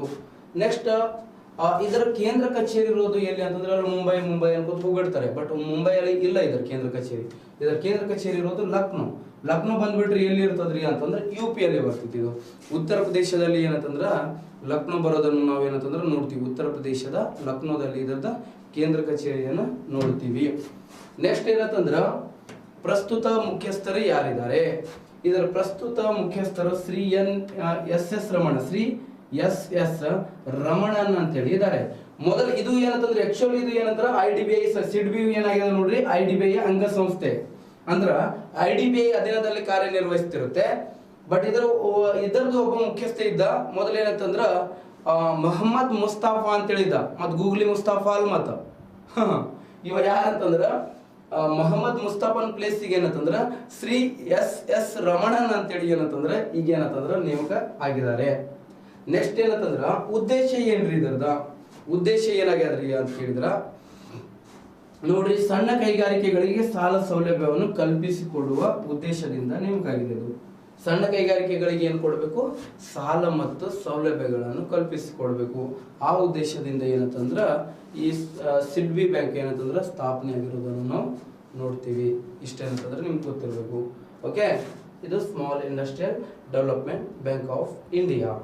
ಇನ್ನ ಮುದ್ರಾ. ಈಗ ನೆಕ್ಸ್ಟ್ ಏನಂತಂದ್ರೆ ಮುದ್ರಾ 545 PSI ಎಕ್ಸಾಮ್ ಇತ್ತಲ್ಲ ಮೊನ್ನೆ, 545 ಏನ CBI ತನಿಖೆಗೆ ಹೋಗಿತ್ತಲ್ಲ, ಆ PSI ಪೇಪರ್ ಒಳಗೆ ಏನಂತಂದ್ರೆ ಇದ್ರ ಬಗ್ಗೆ ಕೇಳಿದಾರೆ. ಓಕೆ, ಮುದ್ರಾ ಫುಲ್ ಫಾರ್ಮ್ ಕೇಳ್ಬಿಟ್ಟಿದ್ದಾರೆ. ಮುದ್ರಾ ಅಂದ್ರೆ ಏನು ಅಂತ. ಮುದ್ರಾ ಅಂತಂದ್ರ ನೋಡ್ರಿ ಇಲ್ಲಿ, Mudra full form micro units development and refinance agency ಅಂತ. Micro units development and refinance agency ಅಂತೇಳಿ ಕರಿತೀವಿ. ನೋಡಿ, ಈ ಮುದ್ರಾ ಆಕ್ಚುಲಿ ಏನಂತಂದ್ರ ಹೋಗ್ಬೇಕಂದ್ರೆ 12ನೇ ಪಂಚವಾರ್ಷಿಕ ಯೋಜನೆ ಆಗ್ತಿತ್ತು. ನೋಡ್ರಿ, 2015 ಏಪ್ರಿಲ್ 8ಕ್ಕೆ ಏನಂತಂದ್ರ 12ನೇ ಪಂಚವಾರ್ಷಿಕ ಯೋಜನೆ ಇರ್ತದ. ಯೂಸಲಿ ಏನಂತಂದ್ರ 12ನೇ ಪಂಚವಾರ್ಷಿಕ ಯೋಜನೆ ಅವಧಿ 2012ರಿಂದ 2017ರವರೆಗೆ ಇರುತ್ತೆ. 2017ರವರೆಗೆ ಇರುತ್ತೆ. 2012ರಿಂದ 2017 ವರೆಗೆ ಏನಂತಂದ್ರ ಎಷ್ಟನೇ ಪಂಚವಾರ್ಷಿಕ ಯೋಜನೆ? 12ನೇ ಪಂಚವಾರ್ಷಿಕ ಯೋಜನೆ ಅವಧಿ ಇರೋದನ್ನ ನಾವು ನೋಡ್ತೀವಿ. ನೆಕ್ಸ್ಟ್ ಇದರ ಕೇಂದ್ರ ಕಚೇರಿ ಇರೋದ್ರಿ ಎಲ್ಲಿದೆ ಅಂತ ಕೇಳಿದ್ರೆ ಮುಂಬೈ ಒಳಗ. ಮುದ್ರಾದ ಕೇಂದ್ರ ಕಚೇರಿ ಎಲ್ಲಿದೆ ಅಂತ ಕೇಳಿದ್ರೆ ಮುದ್ರಾದ ಕೇಂದ್ರ ಕಚೇರಿ ಮುಂಬೈಯಲ್ಲಿ ಇದೆ. ನೆಕ್ಸ್ಟ್ ಇದು ಏನಂತಂದ್ರೆ ಸಿಡ್ಬಿಯ ಅಧೀನದಲ್ಲಿ, ಸಿಡ್ಬಿಯ ಅಂಗಸಂಸ್ಥೆ ಆಗಿದೆ ರೀ. ಓಕೆ, ಇದರ ಮುಖ್ಯಸ್ಥ ಸಿಡ್ಬಿಯ ಮುಖ್ಯಸ್ಥರು ಯಾರಿರ್ತಾರಲ್ಲ, ಸಿಡ್ಬಿಯ ಮುಖ್ಯಸ್ಥರೇ ಇದರ ಮುಖ್ಯಸ್ಥರಾಗಿರ್ತಾರೆ. ಸಿಡ್ಬಿಯ ಮುಖ್ಯಸ್ಥರು ಯಾರಿರ್ತಾರಲ್ಲ, ಈ ಮುದ್ರಾದ ಕೂಡ ಏನಂತಂದ್ರೆ ಅವರೇ ಮುಖ್ಯಸ್ಥರಾಗಿರ್ತಾರೆ. ಇದು ಒಂದು ಏನಂತಂದ್ರ ಯೋಜನೆ ಅಂತೇಳಿ ಹೇಳ್ತೀವಿ. ಮುದ್ರಾ ಬ್ಯಾಂಕ್ ಅನ್ನೋಕ್ಕಿಂತ ಏನಂತಂದ್ರ ಒಂದು ಯೋಜನೆ. ಓಕೆ, ನೆಕ್ಸ್ಟ್ ಉದ್ದೇಶ ಏನಂತಂದ್ರೆ ಅತಿ ಸಣ್ಣ ಉದ್ಯಮಿಗಳಿಗೆ 10 ಲಕ್ಷದವರೆಗೆ ಸಾಲ ಸೌಲಭ್ಯಗಳನ್ನು ಕಲ್ಪಿಸಿಕೊಡೋದಾಗಿದೆ. ಅತಿ ಸಣ್ಣ ಉದ್ಯಮಿಗಳಿಗೆ ಏನನ್ನು ಮಾಡೋದು, 10 ಲಕ್ಷದವರೆಗೆ. ಅತಿ ಸಣ್ಣ ಉದ್ಯಮಗಳು ಅಂತಂದ್ರೆ ಬೀದಿ ವ್ಯಾಪಾರಿಗಳು ಇರ್ತಾರಲ್ರಿ, ಬೀದಿ ವ್ಯಾಪಾರಿಗಳು ಅಂತಂದ್ರೆ ಹಣ್ಣು ಮಾರೋರು, ಹೂ ಮಾರೋರು, ಮತ್ತೇನಂತಂದ್ರ ತರಕಾರಿ ಮಾರೋರು, ಮತ್ತೇನಂತಂದ್ರ ಸಣ್ಣ ವ್ಯಾಪಾರಿಗಳು ರೀ. ಯಾರ್ಯಾರು ಇರ್ತಾರಪ್ಪ ಅಂತ ಕೇಳಿದ್ರ ಈಗೇನಂತಂದ್ರೆ ಯಾರ ಇನ್ಕಮ್ ಇದ್ರ ಮುದ್ರಾ ಯೋಜನೆ ಫಲಾನುಭವಿಗಳ ಅರ್ಹತೆಗಳು ಏನೇನ್ ಬೇಕ್ರಿ, ಅದಕ್ಕೆ ಏನಂತಂದ್ರೆ ಏನೇನ್ ಕ್ವಾಲಿಫಿಕೇಶನ್ ಬೇಕ್ರಿ ಅವ್ರಿಗೆ ಅಂತ ಕೇಳಿದ್ರ ಮುದ್ರಾ ಏನು ಕ್ವಾಲಿಫಿಕೇಶನ್ ಇರಬಾರ್ದು, ಬೀದಿ ವ್ಯಾಪಾರಿಗಳಾಗಿರ್ಬೇಕು ಅವರು. ಓಕೆ, ಬೀದಿ ಅಂದ್ರೆ ದೊಡ್ಡ ದೊಡ್ಡ ಕಾರ್ ಶೋರೂಮ್ ಅಂತ ಕಾರ್ ಮಾಡ್ತಿರ್ತಾರೆ ಬೀದಿ ಒಳಗೆ, ಮತ್ತೆ ಅವ್ರಲ್ಲಿ ನೋಡ್ರಿ ಬೀದಿ ವ್ಯಾಪಾರಿ ಹಣ್ಣು ಹೂ ಮಾರೋರು, ಮತ್ತೇನಂತಂದ್ರೆ ತರಕಾರಿ ಮಾರೋರು, ಇವ್ರಿಗೆ ಏನಂತಂದ್ರೆ ಸಣ್ಣ ಉದ್ಯಮದಾರರು ಅಂತ ಕರಿತೀವಿ. ನೋಡ್ರಿ ಇವ್ರಿಗೆ ಏನಂತಂದ್ರೆ ಸ್ವಂತ ನೆಲ ಅನ್ನೋದು ಇರಬಾರ್ದು, ಫುಟ್ಪಾತ್ ಮೇಲೆ ಅಂದ್ರೆ ಮಾಡ್ತಿರ್ಬೇಕು. ಮತ್ತೇನಂತಂದ್ರೆ BPL ಕುಟುಂಬದವ್ರು ಆಗಿರ್ಬೇಕು. BPL ಕುಟುಂಬ ಇದಕ್ಕೆ ಮತ್ತೇನಂದ್ರೆ ಫುಟ್ಪಾತಿಗೆ ಬಂದು ಮಾಡ್ತಿರ್ತಾರೆ ಅವರು. ಓಕೆ, ನೆಕ್ಸ್ಟ್ ಏನಂತಂದ್ರೆ ಇನ್ನೊಂದು ಏನಂತಂದ್ರ ಅವ್ರ ಮಂತ್ಲಿ ಇನ್ಕಮ್ ಎಷ್ಟು ಇರಬಾರ್ದು ಅಂತಂದ್ರೆ ಮೋರ್ ದೆನ್ 15,000 ಇರಬಾರ್ದು. ಮಂತ್ಲಿ ಎಷ್ಟು ಗಳಿಸಬಾರ್ದು, ಅವರು 15,000ಕ್ಕಿಂತ ಹೆಚ್ಚು ಗಳಿಸ್ತಿರಬಾರ್ದು ಅಂತವ್ರಾಗಿರ್ಬೇಕು. ಓಕೆ, ಹಾಗಾದ್ರೆ ಇದ್ರದ್ದು ಒಂದು ಥೀಮ್ ಇದೆ ಅಲ್ರಿ ಸರ್ ಮುದ್ರಾದ, ಮತ್ತೇನಾಗಿರ್ಬೇಕ್ರಿ ಅವ್ರು ಅಂತ ಕೇಳಿದ್ರ ರೇಟ್ ಆಫ್ ಇಂಟ್ರೆಸ್ಟ್ ಎಷ್ಟು ಇರುತ್ತೆ ಸರ್. ಓಕೆ, ಮುದ್ರಾ ಯೋಜನೆ ಅಡಿಯಲ್ಲಿ ಏನಂತಂದ್ರ ರೇಟ್ ಆಫ್ ಇಂಟ್ರೆಸ್ಟ್ ಎಲ್ರಿಗೆ ಏನಂತಂದ್ರೆ ಸೇಮ್ ಆಗಿರಂಗಿಲ್ರಿ. ಮಹಿಳೆಯರಿದ್ರ ಅವ್ರಿಗೆ ಏನಂತಂದ್ರೆ ರೇಟ್ ಆಫ್ ಇಂಟ್ರೆಸ್ಟ್ ಇರುತ್ತೆ. ಇನ್ನು ಏನಂತಂದ್ರ ನೀ ಹೆಂಗಿದೆ ಅಂತ ತಿಳ್ಕೊಂಡ್ರಿ, ಯುವ ಜನರಿದ್ರ ಅವ್ರಿಗೆ ರೇಟ್ ಆಫ್ ಇಂಟ್ರೆಸ್ಟ್ ಬೇರೆ ಇದೆ. ಓಕೆ, ವಿಧವೆ ಇರಿದ್ರೆ ಅವ್ರಿಗೆ ಏನಂತಂದ್ರೆ ರೇಟ್ ಆಫ್ ಇಂಟ್ರೆಸ್ಟ್ ಬೇರೆ ಇರ್ತದೆ. ಸೊ ಅದಕ್ಕೆ ಏನಂತಂದ್ರೆ ಮುದ್ರಾ ಯೋಜನೆಯಲ್ಲಿ ಪರ್ಟಿಕ್ಯುಲರ್ ಮತ್ತು ಒಂದೊಂದು ಬ್ಯಾಂಕಿಂದ ಒಂದೊಂದು ರೇಟ್ ಆಫ್ ಇಂಟ್ರೆಸ್ಟ್ ಇರುತ್ತೆ. ಎಕ್ಯುರೇಟ್ ಆಗಿ ರೇಟ್ ಆಫ್ ಇಂಟ್ರೆಸ್ಟ್ ಎಷ್ಟು ಅಂತೇಳಿ ಹೇಳಕ್ ಬರಂಗಿಲ್ಲ. ನೆಕ್ಸ್ಟ್ ಏನಂದ್ರೆ ಇದರದ್ದು ಒಂದು ಥೀಮ್ ಇದೆ ರೀ, ಮುದ್ರಾದ ಥೀಮ್ ಇದೆ ರೀ. ಏನಿದೆ ರೀ ಥೀಮ್ ಅಂತ ಕೇಳ್ತಾರೆ ನಿಮ್ಗೆ. ಮುದ್ರಾದ ಥೀಮ್ ಏನ್ರಿಪ್ಪ ಅಂದ್ರೆ ಫಂಡಿಂಗ್ ದಿ ಅನ್ಫಂಡೆಡ್ ಅನ್ನೋದು ಏನಂತಂದ್ರ ಇದರ ಥೀಮ್ ಇದೆ ರೀ. Funding the unfunded, funding the unfunded funding the unfunded. ಯಾರಿಗೆ ಯಾರು ಫಂಡ್ ಕೊಡ್ತಿರಂಗಿಲ್ಲಲ್ಲ ಅವ್ರಿಗೆ ಏನಂತಂದ್ರೆ ಮುದ್ರಾ ಏನಂತಂದ್ರೆ ಫಂಡ್ ಕೊಡುವಂಥದ್ದು. ಅದಕ್ಕೆ ಹೇಳಿದ್ರೆ ಇದರ ಥೀಮ್ ಏನದಪ್ಪ ಅಂತ ಹೇಳಿದ್ರಿ, ಫಂಡಿಂಗ್ ದಿ ಅನ್ಫಂಡೆಡ್ ಅನ್ನೋದು ಏನಂತಂದ್ರೆ ಇದರ ಥೀಮ್ ಅದ ರೀ. ಏನು ಇನ್ನೊಮ್ಮೆ ಹೇಳ್ರಿ, ಫಂಡಿಂಗ್ ದಿ ಅನ್ಫಂಡೆಡ್ ಅನ್ನೋದು ಏನಂತಂದ್ರೆ ಈ ಮುದ್ರಾದ ಏನಾಗಿದೆ ಥೀಮ್ ಆಗಿದೆ ಅಂತ ಹೇಳಿ ಹೇಳ್ಬೋದು. ಇಷ್ಟು ನಿಮಗೆ ಏನಂತಂದ್ರೆ ಗೊತ್ತಿರಲಿ. ನೆಕ್ಸ್ಟ್ ಹೋದಾಗ ನೋಡ್ರಿ ಇಲ್ಲೇ ಬರ್ದಿ ನೋಡ್ರಿ ಥೀಮ್ ಏನ್ರಿ, ಫಂಡಿಂಗ್ ದಿ ಅನ್ಫಂಡೆಡ್ ಏನಂತಂದ್ರೆ ಮುದ್ರಾದ ಥೀಮ್ ಆಗಿದೆ. ಹಾಗಾದ್ರ ಮುದ್ರಾದ ವಿಧಗಳು ಬಹಳಷ್ಟು ಎಕ್ಸಾಮ್ ಮನೆ ಏನಂತಂದ್ರೆ 2021 KSET ಎಕ್ಸಾಮ್ ಯಾರು ಬರ್ದಿರಲ್ಲ ಅಲ್ಲಿ ಒಂದು ಕ್ವಶನ್ ಇತ್ತು 2020 ಎಕ್ಸಾಮ್ ಒಳಗ. ಈ ಕೆಳಗಿನವುಗಳಲ್ಲಿ ಯಾವುದು KSET ಎಕ್ಸಾಮ್ ಒಳಗ ಜನರಲ್ ಪೇಪರ್ ಒಳಗೆ ಕೇಳಿದ್ರು ಇದನ್ನು. ಈ ಕೆಳಗಿನವುಗಳಲ್ಲಿ ಯಾವುದು ಮುದ್ರಾದ ವಿಧ ಅಲ್ಲ, ಟೈಪ್ಸ್ ಆಫ್ ಮುದ್ರಾ. ಎಷ್ಟು ಟೈಪ್ಸ್ ಇದಾವ್ರಿ ಅಂತ ಕೇಳಿದ್ರೆ 3 ಟೈಪ್ಸ್ ಇದಾವ್ರಿ ಮುದ್ರಾದ. ಆಕ್ಚುಲಿ ಎಷ್ಟು 3 ಟೈಪ್ಸ್ ನೋಡ್ತೀವಿ ನಾವು. ಈ ಕೆಳಗಿನವುಗಳಲ್ಲಿ ಯಾವುದು ಮುದ್ರಾದ ವಿಧ ಅಲ್ಲ ಅಂತ ಕೇಳಿದ ಅಲ್ಲಿ ಅಂದ್ರೆ ಶಿಶು, ಕಿಶೋರ್, ತರುಣ ಮತ್ತು ಕನ್ಯೆ ಅಂತೇಳಿ ಕೊಟ್ಟಿದ್ದ. ಯಾವ್ದಲ್ಲ ತೆಗಿಬೇಕಾಗ್ಯದ ಅಲ್ಲಿ. ಯಾವ್ದಲ್ಲ ಅಂತಂದ್ರೆ ಕನ್ಯಾ ಅಲ್ಲ. ಯಾಕಂದ್ರೆ ಇದ್ರ ವಿಧ ಇರೋದು ಒಂದೇದು ಯಾವ್ದು ಅಂತಂದ್ರೆ ಶಿಶು. ಒಂದೇದು ಯಾವುದು ಶಿಶು. ಈ ಶಿಶು ಯೋಜನೆ ಅಡಿಯಲ್ಲಿ ಕೊಡ್ತಾರೆ 50,000 ಕೊಡ್ತಾರೆ. ಶಿಶು ಯೋಜನೆ ಅಡಿಯಲ್ಲಿ ಎಷ್ಟು ಕೊಡ್ತಾರೆ, 50,000ವರೆಗೆ ಏನಂತಂದ್ರೆ ಸಾಲ ಸೌಲಭ್ಯಗಳನ್ನು ಕಲ್ಪಿಸಿಕೊಡ್ತಾರೆ. ಇನ್ನ ಕಿಶೋರ್ ಯೋಜನೆ ಅಡಿಯಲ್ಲಿ ಎಷ್ಟು ಕೊಡ್ತಾರೆ ಅಂತ ಕೇಳಿದ್ರ, ಕಿಶೋರ್ ಯೋಜನೆ ಅಡಿಯಲ್ಲಿ ಕೊಡ್ತಾರೆ 50,000ವರೆಗೆ ಏನಂತಂದ್ರೆ ಸಾಲ 5 ಲಕ್ಷದವರೆಗೆ ಏನಂತಂದ್ರೆ ಸಾಲ ಕೊಡ್ತಾರೆ. 5 ಲಕ್ಷದವರೆಗೆ ಇಲ್ಲಿ 50 ಶಿಶು ಯೋಜನೆ ಅಡಿಯಲ್ಲಿ. ಈಗ 50,000ಕ್ಕಿಂತ ಒಳಗಡೆ ಸಾಲ ತಗೊಂಡ್ರ ಅವ್ರಿಗೆ ಯಾವ ಯೋಜನೆ ಅಡಿಯಲ್ಲಿ ಕನ್ಸಿಡರ್ ಮಾಡ್ತಾರ ಅಂತಂದ್ರ ಶಿಶು ಯೋಜನೆ ಅಡಿಯಲ್ಲಿ ಕನ್ಸಿಡರ್ ಮಾಡ್ತಾರೆ ಅವರಿಗೆ. ಇನ್ನ ಕಿಶೋರ್ ಯೋಜನೆ ಅಡಿಯಲ್ಲಿ ತಗೊಂಡ್ರ ಅವ್ರಿಗೆ ಏನಂತಂದ್ರ ಕಿಶೋರ್ ಯೋಜನೆ ಅಡಿಯಲ್ಲಿ ತಗೊಂಡ್ರ ಅವ್ರಿಗೆ ಏನಂತಂದ್ರ 5 ಲಕ್ಷದವರೆಗೆ ಕೊಡ್ತಾರೆ. ಇನ್ನ ತರುಣ್ ಯೋಜನೆ ಅಡಿಯಲ್ಲಿ ಕೊಟ್ರ ಎಷ್ಟು ಅಂತಂದ್ರ 10 ಲಕ್ಷದವರೆಗೆ ಸಾಲ ಸೌಲಭ್ಯಗಳನ್ನು ಕಲ್ಪಿಸಿಕೊಡ್ತಾರೆ. ಇಷ್ಟು ನೆನ್ಪಿಟ್ಕೊಳ್ಬೇಕು. ನೆಕ್ಸ್ಟ್ ಈ ಮುದ್ರಾ ಯೋಜನೆ ಅಡಿಯಲ್ಲಿ ಮಹಿಳೆಯರಿಗೆ ಸಾಲ ನೀಡಿದ ಮೊದಲ ರಾಜ್ಯಗಳು ಯಾವ್ಯಾವ ಅದಪ್ಪ? ಮೊದಲ ರಾಜ್ಯಗಳು ಯಾವ್ಯಾವ ಇದಾವೆ ಮಹಿಳೆಯರಿಗೆ ಏನಂತಂದ್ರ ಸಾಲ ನೀಡಿದ ಮೊದಲ ರಾಜ್ಯಗಳು? ಎಸಿ ಆಫ್ ಆಗ್ಬೇಕು ಸರ್, AC ಆಫ್ ಮಾಡಬೇಕು. ಓಕೆ, ಮುದ್ರಾ ಯೋಜನೆ ಅಡಿಯಲ್ಲಿ ಸಾಲ ನೀಡಿದ ಮೊದಲ ರಾಜ್ಯಗಳು ಯಾವ್ಯಾವ ಇದಾವ್ರಿ ಅಂತ ಕೇಳಿದ್ರ ಒಂದೇದು ಯಾವ್ದು ಅಂತಂದ್ರೆ ತಮಿಳುನಾಡು ಇದೆ ರೀ. ಯಾವ್ದಿದೆ? ತಮಿಳುನಾಡು ಅಂತೇಳಿ ಹೇಳ್ತೀವಿ. ಎರಡನೇದು ಯಾವ್ದು ಅಂತಂದ್ರೆ ವೆಸ್ಟ್ ಬೆಂಗಾಲ್. ಓಕೆ, ಮುದ್ರಾ ಯೋಜನೆ ಅಡಿಯಲ್ಲಿ ಮಹಿಳೆಯರಿಗೆ ಸಾಲ ನೀಡಿದ ಮೊದಲ ರಾಜ್ಯ ಯಾವ್ದು ಅಂತಂದ್ರೆ ತಮಿಳುನಾಡು ಅಂತೇಳಿ ಕರಿತೀವಿ. ಇನ್ನ ಎರಡನೇ ರಾಜ್ಯ ಯಾವುದು ಅಂತಂದ್ರ ವೆಸ್ಟ್ ಬೆಂಗಾಲ. ಯಾವ ಬೆಂಗಾಲ? ವೆಸ್ಟ್ ಬೆಂಗಾಲ್ ಏನಂತಂದ್ರ ಎರಡನೇ ರಾಜ್ಯ ಏನಂತಂದ್ರ ಮುದ್ರಾ ಯೋಜನೆ ಅಡಿ ಏನಂತಂದ್ರ ಸಾಲ ಸೌಲಭ್ಯಗಳನ್ನು ಕಲ್ಪಿಸಿಕೊಟ್ಟಿರುವಂತ ಎರಡನೇ ರಾಜ್ಯ ಯಾವುದು? ವೆಸ್ಟ್ ಬೆಂಗಾಲ್. ಮೂರನೇ ರಾಜ್ಯ ಯಾವುದು ಅಂತಂದ್ರೆ ಕರ್ನಾಟಕ. ಮುದ್ರಾ ಯೋಜನೆ ಅಡಿಯಲ್ಲಿ ಸಾಲ ಸೌಲಭ್ಯವನ್ನು ಕಲ್ಪಿಸಿಕೊಟ್ಟಿರುವಂತ ಮೂರನೇ ರಾಜ್ಯ ಯಾವುದು? ಹಂಗ. ಓಕೆ, ಹೀಟ್ ಆದ್ರೆ ಏನಂತಂದ್ರೆ ಈ ತಂಪಾಗ್ಲಿ ಅಂತ ಎಳ್ಳಿರೋದು ಇದು ಕೊಡ್ತೀವಿ, ಕೋಲ್ಡ್ ಆಗ್ಬಿಡ್ತದ. ಮತ್ತೇನಾದ್ರು ಕೋಲ್ಡ್ ಆಗ್ಲಿ ಮತ್ತೆ ಹೀಟ್ ಕೋಲ್ಡ್ ಆಗ್ತಿದೆ. ಈ ಸಮರ್ ಡೇ ಇರೋದೇ ಹಂಗ. ಓಕೆ ರೈಟ್, ನೋಡ್ರಿ ಇದು ನಿಮ್ಗೆ ಗೊತ್ತಿರ್ಬೇಕು.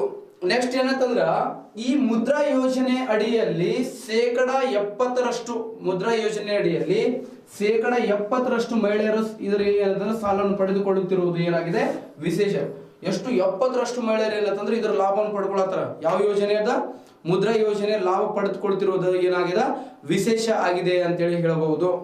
ರೈಟ್, ಇದು ಏನಂತಂದ್ರೆ ಮುದ್ರಾ ಯೋಜನೆ ಮೈಕ್ರೋ ಯೂನಿಟ್ಸ್ ಅಂಡ್ ರೀಫಿನಾನ್ಸ್ ಏನಂತಂದ್ರ ಏಜೆನ್ಸಿ ಅಂತೇಳಿ ಕರಿತೀವಿ. ಇದು ನಿಮಗೆ ಗೊತ್ತಿರಲಿ ಮುದ್ರಾ ಯೋಜನೆ. ಈ ಟೈಪ್ಸ್ ಇಂಪಾರ್ಟೆಂಟ್ ನೋಡ್ರಪ್ಪ. ಈ ಟೈಪ್ಸ್ ಮೇಲೆ ಬಹಳಷ್ಟು ಕೇಳ್ತಾರ. ಇದನ್ನ ಏನಂತಂದ್ರೆ ಟೈಪ್ಸ್ ಆಫ್ ಮುದ್ರಾ, ಇದು ಇಂಪಾರ್ಟೆಂಟ್. ಎಷ್ಟು ಬಂಗಾರದ ಪೆನ್ ಒಳಗೆ ಬರೆದು ಇಟ್ಕೊಡ್ರಿ. ಇದು ಮುದ್ರಾ ಯೋಜನೆ ಫಿಕ್ಸ್ ಫುಲ್ ಫಾರ್ಮ್ ಕೇಳ್ತಾರೆ. ಇವತ್ತೇನು ಹೇಳಿದ್ರಲ್ಲ ಅದ್ರ ಫುಲ್ ಫಾರ್ಮ್ ಭಾಳ ಕೇಳ್ತಾರೆ ನೋಡ್ರಿ. ಬಹಳಷ್ಟು ಎಕ್ಸಾಮ್ ಒಳಗೆ ನೀಡಿದ್ದೀನಿ ನಾನು. ಸೊ ಅದಕ್ಕೆ ಫುಲ್ ಫಾರ್ಮ್ ನೋಡ್ಕೊಡ್ರಿ ನೀಟಾಗಿ. ಮತ್ತೆ ಅದನ್ನ ಕೇಳುವಂತ ಸಾಧ್ಯತೆಗಳು ಇರ್ತಾವೆ ಮತ್ತೆ. ಸರಿನಾ? ರೈಟ್, ನೆಕ್ಸ್ಟ್ ಬರೋದು ಏನಂತಂದ್ರ IFCI ಅಂತೇಳಿ ಬರುತ್ತೆ. IFCI industrial finance corporation of India ಅಂತ. ಯಾವುದು? Industrial finance corporation of India, ಭಾರತೀಯ ಕೈಗಾರಿಕಾ ಹಣಕಾಸು ಸಂಸ್ಥೆ. ಓಕೆ, ಈ ಭಾರತೀಯ ಕೈಗಾರಿಕಾ ಹಣಕಾಸು ಸಂಸ್ಥೆ IFCI ಸ್ಥಾಪನೆ ಆಗಿದ್ದು 1948 ಜುಲೈ 1ಕ್ಕೆ ಸ್ಥಾಪನೆ ಆಗ್ತದ. ಓಕೆ, 1948 IFCI ಆಕ್ಟ್ ಅನ್ವಯ ಇದು ಸ್ಥಾಪನೆ ಆಗಿದೆ. ಯಾವ ಆಕ್ಟ್? 1948 IFCI ಆಕ್ಟ್ ಅನ್ವಯ ಏನಂತಂದ್ರೆ IFCI ಏನು ಮಾಡಲಾಗಿದೆ? ಸ್ಥಾಪನೆ ಮಾಡಲಾಗಿದೆ. Industrial finance corporation of India. ಇದರ ಕೇಂದ್ರ ಕಚೇರಿ ಇದೆ ರೀ ನವದೆಹಲಿ ಒಳಗಿದ್ರೆ. ಹೆಡ್ ಕ್ವಾರ್ಟರ್ ಕಂಡು ಬರ್ತಿದೆ. ವಿಶೇಷತೆ ಏನಂತಂದ್ರ ಸ್ವಾತಂತ್ರ್ಯ ಭಾರತದ ಮೊಟ್ಟ ಮೊದಲ ಹಣಕಾಸಿನ ಸಂಸ್ಥೆ ಇದಾಗಿದೆ. ಹಾಗಾದ್ರೆ ಪ್ರಪಂಚದ ಮೊಟ್ಟ ಮೊದಲ ಹಣಕಾಸಿನ ಸಂಸ್ಥೆ ಯಾವುದು ಅಂತಂದ್ರ ಬ್ಯಾಂಕ್ ಫಾರ್ ಇಂಟರ್ನ್ಯಾಷನಲ್ ಸೆಟಲ್ಮೆಂಟ್ ರೀ. ಯಾವುದು? ಬ್ಯಾಂಕ್ ಫಾರ್ ಇಂಟರ್ನ್ಯಾಷನಲ್ ಸೆಟಲ್ಮೆಂಟ್ ಅನ್ನೋದು ಏನಂತಂದ್ರೆ ಪ್ರಪಂಚದ ಮೊಟ್ಟ ಮೊದಲ ಹಣಕಾಸಿನ ಸಂಸ್ಥೆ ಆಗಿದೆ. 1930 ಮೇ 17ಗೆ ಸ್ಥಾಪನೆ ಆಗ್ಯದ್ರಿ. ಅದ್ರ ಹೆಡ್ ಕ್ವಾರ್ಟರ್ ನೋಡಿದ್ರೆ ಎಲ್ಲಿ ಅಂತಂದ್ರ ಬಾಸೆಲ್ ಅಲ್ಲಿ ಕಂಡು ಬರ್ತದ. ಸ್ವಿಟ್ಜರ್ಲೆಂಡ್ ದೇಶದ ಬಾಸೆಲ್ ಅಲ್ಲಿ ಕಂಡು ಬರ್ತದ ಅದರ ಕೇಂದ್ರ ಕಚೇರಿ. ಓಕೆ, ಹಾಗಾದ್ರೆ ಇದು ಸ್ವಾತಂತ್ರ್ಯ ಭಾರತದ ಮೊದಲ ಆಗ್ಯದ್ರಿ IFCI. ಉದ್ದೇಶ ಏನ್ರಿ? ಇದು IFCI ದ ಉದ್ದೇಶ ಏನಂತ ಕೇಳಿದ್ರ ಕೈಗಾರಿಕೆಗಳಿಗೆ ಅಲ್ಪಾವಧಿಯ ಮತ್ತು ದೀರ್ಘಾವಧಿಯ ಸಾಲ ಸೌಲಭ್ಯವನ್ನು ನೀಡುತ್ತದೆ. ಯಾವ ಅವಧಿಯ? ಅಲ್ಪಾವಧಿಯ ಮತ್ತು ದೀರ್ಘಾವಧಿಯ, ಶಾರ್ಟ್ ಟರ್ಮ್ ಮತ್ತು ಲಾಂಗ್ ಟರ್ಮಿಗೆ ಏನಂತಂದ್ರೆ ಸಾಲ ಸೌಲಭ್ಯವನ್ನು ಕಲ್ಪಿಸಿಕೊಡುವಂತ ಬ್ಯಾಂಕ್ ಯಾವ್ದಾಗಿದೆ ಅಂತಂದ್ರೆ IFC ಬ್ಯಾಂಕ್ ಆಗಿದೆ ಅಂತೇಳಿ ಹೇಳ್ಬಹುದು. ನೆಕ್ಸ್ಟ್, ಈ IFCಯ ಮುಖ್ಯಸ್ಥರು ಯಾರಾದ್ರಪ್ಪ ಅಂತ ಕೇಳಿದ್ರೆ ಪ್ರಸ್ತುತ IFCಯ ಮುಖ್ಯಸ್ಥರು ಯಾರ್ರಿ ಅಂತ ಕೇಳಿದ್ರ ಡಾಕ್ಟರ್ ಭೂಷಣ್ ಕುಮಾರ್ ಸಿನ್ಹಾ ಅಂತೇಳಿ ಅದರ. ಯಾರು? ಡಾಕ್ಟರ್ ಭೂಷಣ್ ಕುಮಾರ್ ಸಿನ್ಹಾ ಅನ್ನೋರು ಏನಂತಂದ್ರ ಇದರ ಮುಖ್ಯಸ್ಥರಿರೋದನ್ನು ನಾವು ನೋಡ್ತೀವಿ. ಪ್ರತಿ ಸಲ ಏನಂತಂದ್ರೆ ಬದಲಾವಣೆ ಹಾಕೋತ ಇರ್ತಾರೆ, ನೋಡ್ಕೋತ ಇರಬೇಕು. ಎವ್ರಿಡೇ ಎಕ್ಸಾಮ್ ಹೋಗೋಕ್ಕಿಂತ ಮುಂಚೆ ಅಪ್ಡೇಟ್ ಏನೇನು ಆಗ್ಬೇಕಲ್ಲ, ಅದು ಅಪ್ಡೇಟ್ ಆಗ್ಬೇಕಾಗಿದ್ದ ವಿಷಯನ ಏನು ಮಾಡ್ಬೇಕು ನೀವು ಒಂದ್ಸಲ ಏನಂತಂದ್ರೆ ನೀಟಾಗಿ ನೋಡ್ಕೊಂಡು ಹೋಗಿರ್ಬೇಕು. ಓಕೆ, ಇಷ್ಟ ಅರ್ಥ ಆಗಿರಬಹುದು ಅಂತೇಳಿ ಅನ್ಕೊಳ್ತೀನಿ. ನೆಕ್ಸ್ಟ್ ಅದೇ ತರ ನಮ್ಮ ಕರ್ನಾಟಕದಲ್ಲಿ ಕೂಡ ಏನಂತಂದ್ರ ಒಂದು IFCI ಅನ್ನೋದು ಏನಂತಂದ್ರೆ ಸ್ಥಾಪನೆ ಆಗಿದೆ. ಯಾವುದಪ್ಪ ಕರ್ನಾಟಕದಲ್ಲಿ ಅಂತ ಕೇಳಿದ್ರೆ ಕರ್ನಾಟಕ ಸ್ಟೇಟ್ ಫಿನಾನ್ಸ್ ಕಾರ್ಪೊರೇಷನ್ ಅಂತ ಕರಿತೀವಿ. ಇದಕ್ಕೆ ಯಾವ finance corporation? Karnataka state finance corporation ಅಂತ ಹೇಳಿ ಕರ್ನಾಟಕ ರಾಜ್ಯ ಹಣಕಾಸು ನಿಗಮ ಅಂತ ಕರಿತೀವ್ರಿ. ಹಾಗಾದ್ರೆ ಈ ಕರ್ನಾಟಕ ರಾಜ್ಯ ಹಣಕಾಸು ನಿಗಮ ಇದೆಯಲ್ಲ, ಇದು ಸ್ಥಾಪನೆ ಆಗಿದ್ದು 1959 ಅಲ್ಲಿ ಆಗಿದೆ. ಆಕ್ಚುಲಿ ಇದು ಸ್ಥಾಪನೆ ಆಗಿದ್ದು 1959 ಅಲ್ಲಿ ಸ್ಥಾಪನೆ ಆಗಿದೆ. ಓಕೆ, ಇದರ ಕೇಂದ್ರ ಕಚೇರಿಯಲ್ಲಿದೆ ಅಂತಂದ್ರೆ ಬೆಂಗಳೂರು ಒಳಗಿದೆ. ಮತ್ತೆ ಹುಬ್ಳಿ ಧಾರವಾಡ ಹೋದಾಗ ಸರ್ ಇಸ್ಕಾನ್ ಟೆಂಪಲ್ ಪಕ್ಕದಲ್ಲಿ ಒಂದು ಐತಲ್ರಿ, ಅದು ಅಲ್ಲ, ಅದು ಏನಂತಂದ್ರ ಪ್ರಾದೇಶಿಕ ಕಚೇರಿ ಕಂಡು ಬರುವಂತದ್ದು. ಓಕೆ, ನೆಕ್ಸ್ಟ್ ಏನಂತಂದ್ರ ಉದ್ದೇಶ ಏನ್ರಿ IFCI the Karnataka state finance corporation ಉದ್ದೇಶ ಏನ್ರಿ ಅಂತ ಕೇಳಿದ್ರ ಅಲ್ಪಾವಧಿಯ ಮತ್ತು ದೀರ್ಘಾವಧಿಯ ಸಾಲ ಸೌಲಭ್ಯವನ್ನು ನೀಡುತ್ತದೆ. ಅಲ್ಪಾವಧಿಯ ಮತ್ತು ಯಾವ ಅವಧಿಯ ಸಾಲ ಸೌಲಭ್ಯವನ್ನು ಕಲ್ಪಿಸಿಕೊಡುತ್ತೆ ಅಂತಂದ್ರ ದೀರ್ಘಾವಧಿಯ ಸಾಲ ಸೌಲಭ್ಯವನ್ನು ಕಲ್ಪಿಸಿಕೊಡುವಂತ ಕೆಲಸ ಯಾವ್ದು ಮಾಡುತ್ತೆ ಅಂತಂದ್ರ ಇವುಗಳು ಮಾಡ್ತಾವೆ ಅಂತೇಳಿ ಹೇಳ್ಬಹುದು. ನೆಕ್ಸ್ಟ್ ಏನಂತಂದ್ರ ಪೇಮೆಂಟ್ ಬ್ಯಾಂಕಿಂಗ್ ಸಿಸ್ಟಮ್ ಅಂತೇಳಿ ಬರ್ತಾವೆ. ಅದು ಒಂದು ಕಾನ್ಸೆಪ್ಟ್ ಹೇಳ್ಕೊಂಡು ಹೋಗ್ಬಿಡೋಣ ಅಂತ. ಯಾವ ಯಾವ ಕಾನ್ಸೆಪ್ಟ್ ಅಂತಂದ್ರ ಪೇಮೆಂಟ್ ಬ್ಯಾಂಕಿಂಗ್ ಸಿಸ್ಟಮ್ ಅಂತೇಳಿ. ಯಾವ ಬ್ಯಾಂಕಿಂಗ್ ಸಿಸ್ಟಮ್? ಪೇಮೆಂಟ್ ಬ್ಯಾಂಕಿಂಗ್ ವ್ಯವಸ್ಥೆ ಅಂತೇಳಿ ಕರಿತೀವಿ. ಯಾವ್ಯಾವ್ದ್ರಿ ಪೇಮೆಂಟ್ ಬ್ಯಾಂಕಿಂಗ್ ಸಿಸ್ಟಮ್ ಒಳಗೆ ಏನೇನು ಬರ್ತಾವೆ ನೋಡೋಣ ಈಗ, ಸರಿನಾ? ರೈಟ್ ರೈಟ್ ರೈಟ್ ಯಾವ ವ್ಯವಸ್ಥೆ? ಪೇಮೆಂಟ್ ಬ್ಯಾಂಕಿಂಗ್ ವ್ಯವಸ್ಥೆ ಅಂತ ಕರಿತೀವಿ.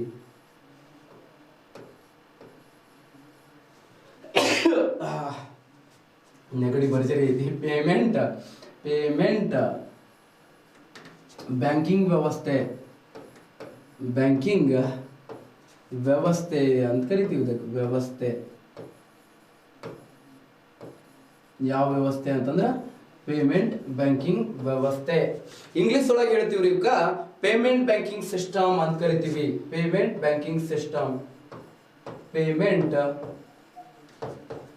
ಬ್ಯಾಂಕಿಂಗ್ ಸಿಸ್ಟಮ್, ಬ್ಯಾಂಕಿಂಗ್ ಸಿಸ್ಟಮ್ ಅಂತೇಳಿ ಕರಿತೀವಿ. ಸಿಸ್ಟಮ್. ಓಕೆ.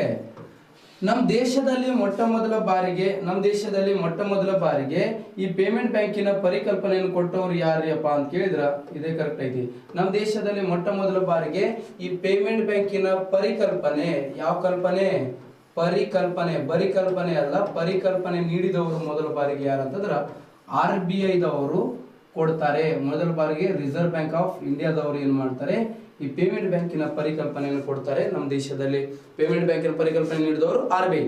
ಈ ಪೇಮೆಂಟ್ ಬ್ಯಾಂಕುಗಳು ಸ್ಥಾಪನೆ ಆಗ್ಬೇಕಂತಂದ್ರೆ ನಮ್ಮ ದೇಶದಲ್ಲಿ ಒಂದು ಸಮಿತಿಯನ್ನು ನೇಮಕ ಮಾಡ್ತಾರೆ. ಯಾವ ಸಮಿತಿ ನೇಮಕ ಮಾಡ್ತಾರೆ ಅಂತಂದ್ರ ನಚಿಕೇತ್ ಮೂರ್ ಸಮಿತಿ. ನಚಿಕೇತ್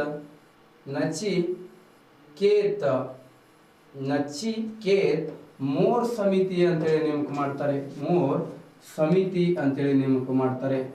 ನಚಿಕೇತ್ ಮೂರ್ ಸಮಿತಿ ನೇಮಕ ಮಾಡಿದ್ರು. ಪೇಮೆಂಟ್ ಬ್ಯಾಂಕ್ಗಳ ಸ್ಥಾಪನೆ ಆಗ್ಬೇಕಂತಂದ್ರ ಯಾವ ಸಮಿತಿಯನ್ನು ನೇಮಕ ಮಾಡ್ಬೇಕಂತಂದ್ರ ನಚಿಕೇತ್ ಮೂರ್ ಸಮಿತಿಯನ್ನು ನೇಮಕ ಮಾಡ್ತಾರೆ. ಹಾಗಾದ್ರೆ ಈ ನಚಿಕೇತ್ ಮೂರ್ ಸಮಿತಿ ನೇಮಕ ಆಗಿದೆ ಯಾವಾಗ್ರಿ ಅಂತ ಕೇಳಿದ್ರ ಈ ನಚಿಕೇತ್ ಮೂರ್ ಸಮಿತಿ ನೇಮಕ ಆಗಿದ್ದು 2013 ಸೆಪ್ಟೆಂಬರ್ 23ಕ್ಕೆ ನೇಮಕ ಆಯ್ತಿದ್ದು ನಚಿಕೇತ್ ಮೂರ್ ಸಮಿತಿ.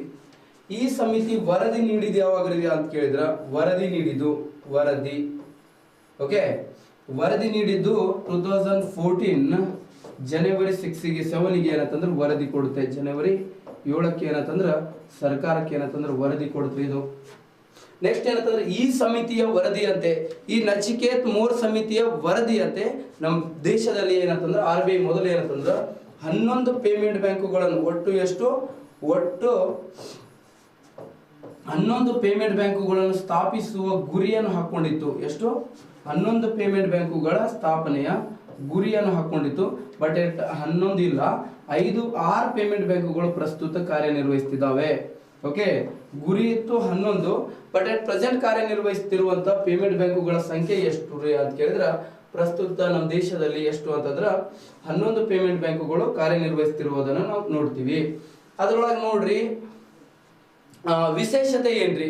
ನಮ್ಮ ದೇಶದಲ್ಲಿ ಪೇಮೆಂಟ್ ಬ್ಯಾಂಕುಗಳನ್ನು ಯಾರು ನಿಯಂತ್ರಣ ಮಾಡ್ತಾರೆ?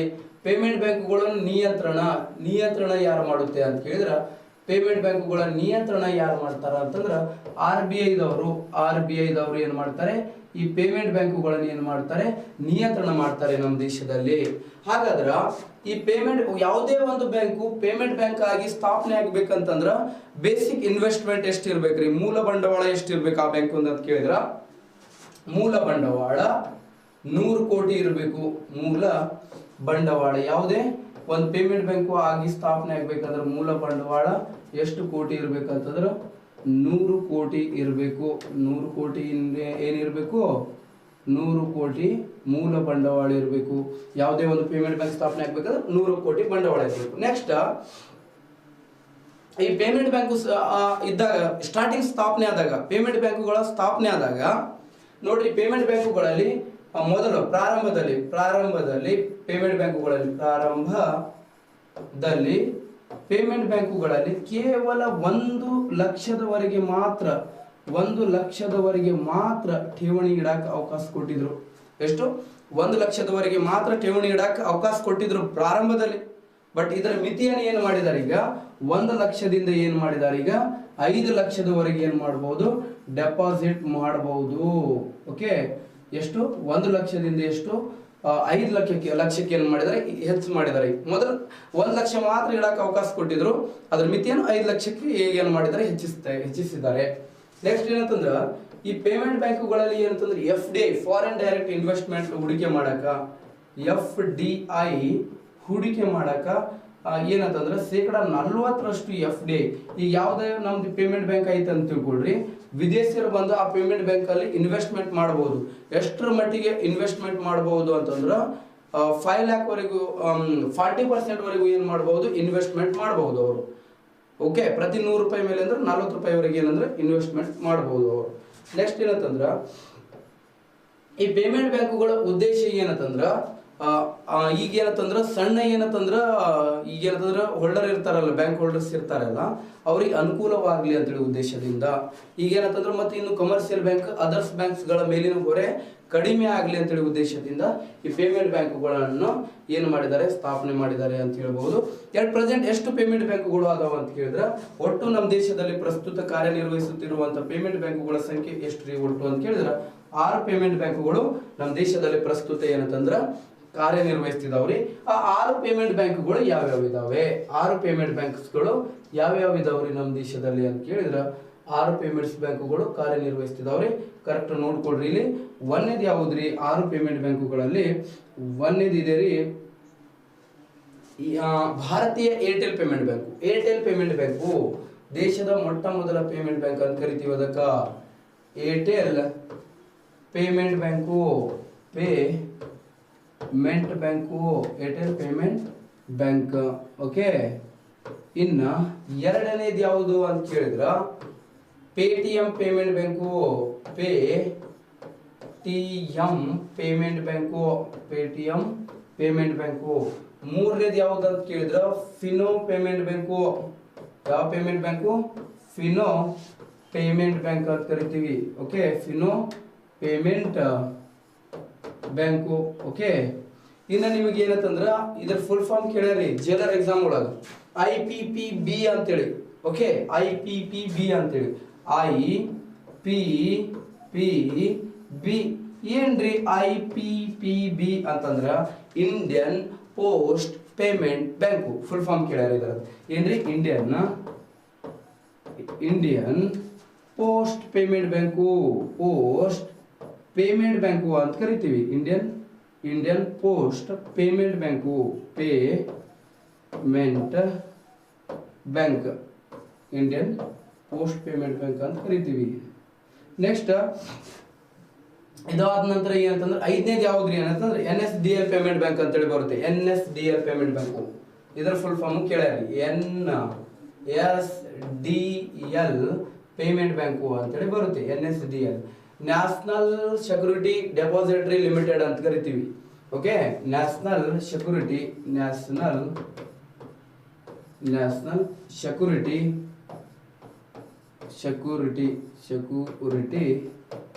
ಡೆಪಾಸಿಟರಿ ಲಿಮಿಟೆಡ್ ಅಂತ.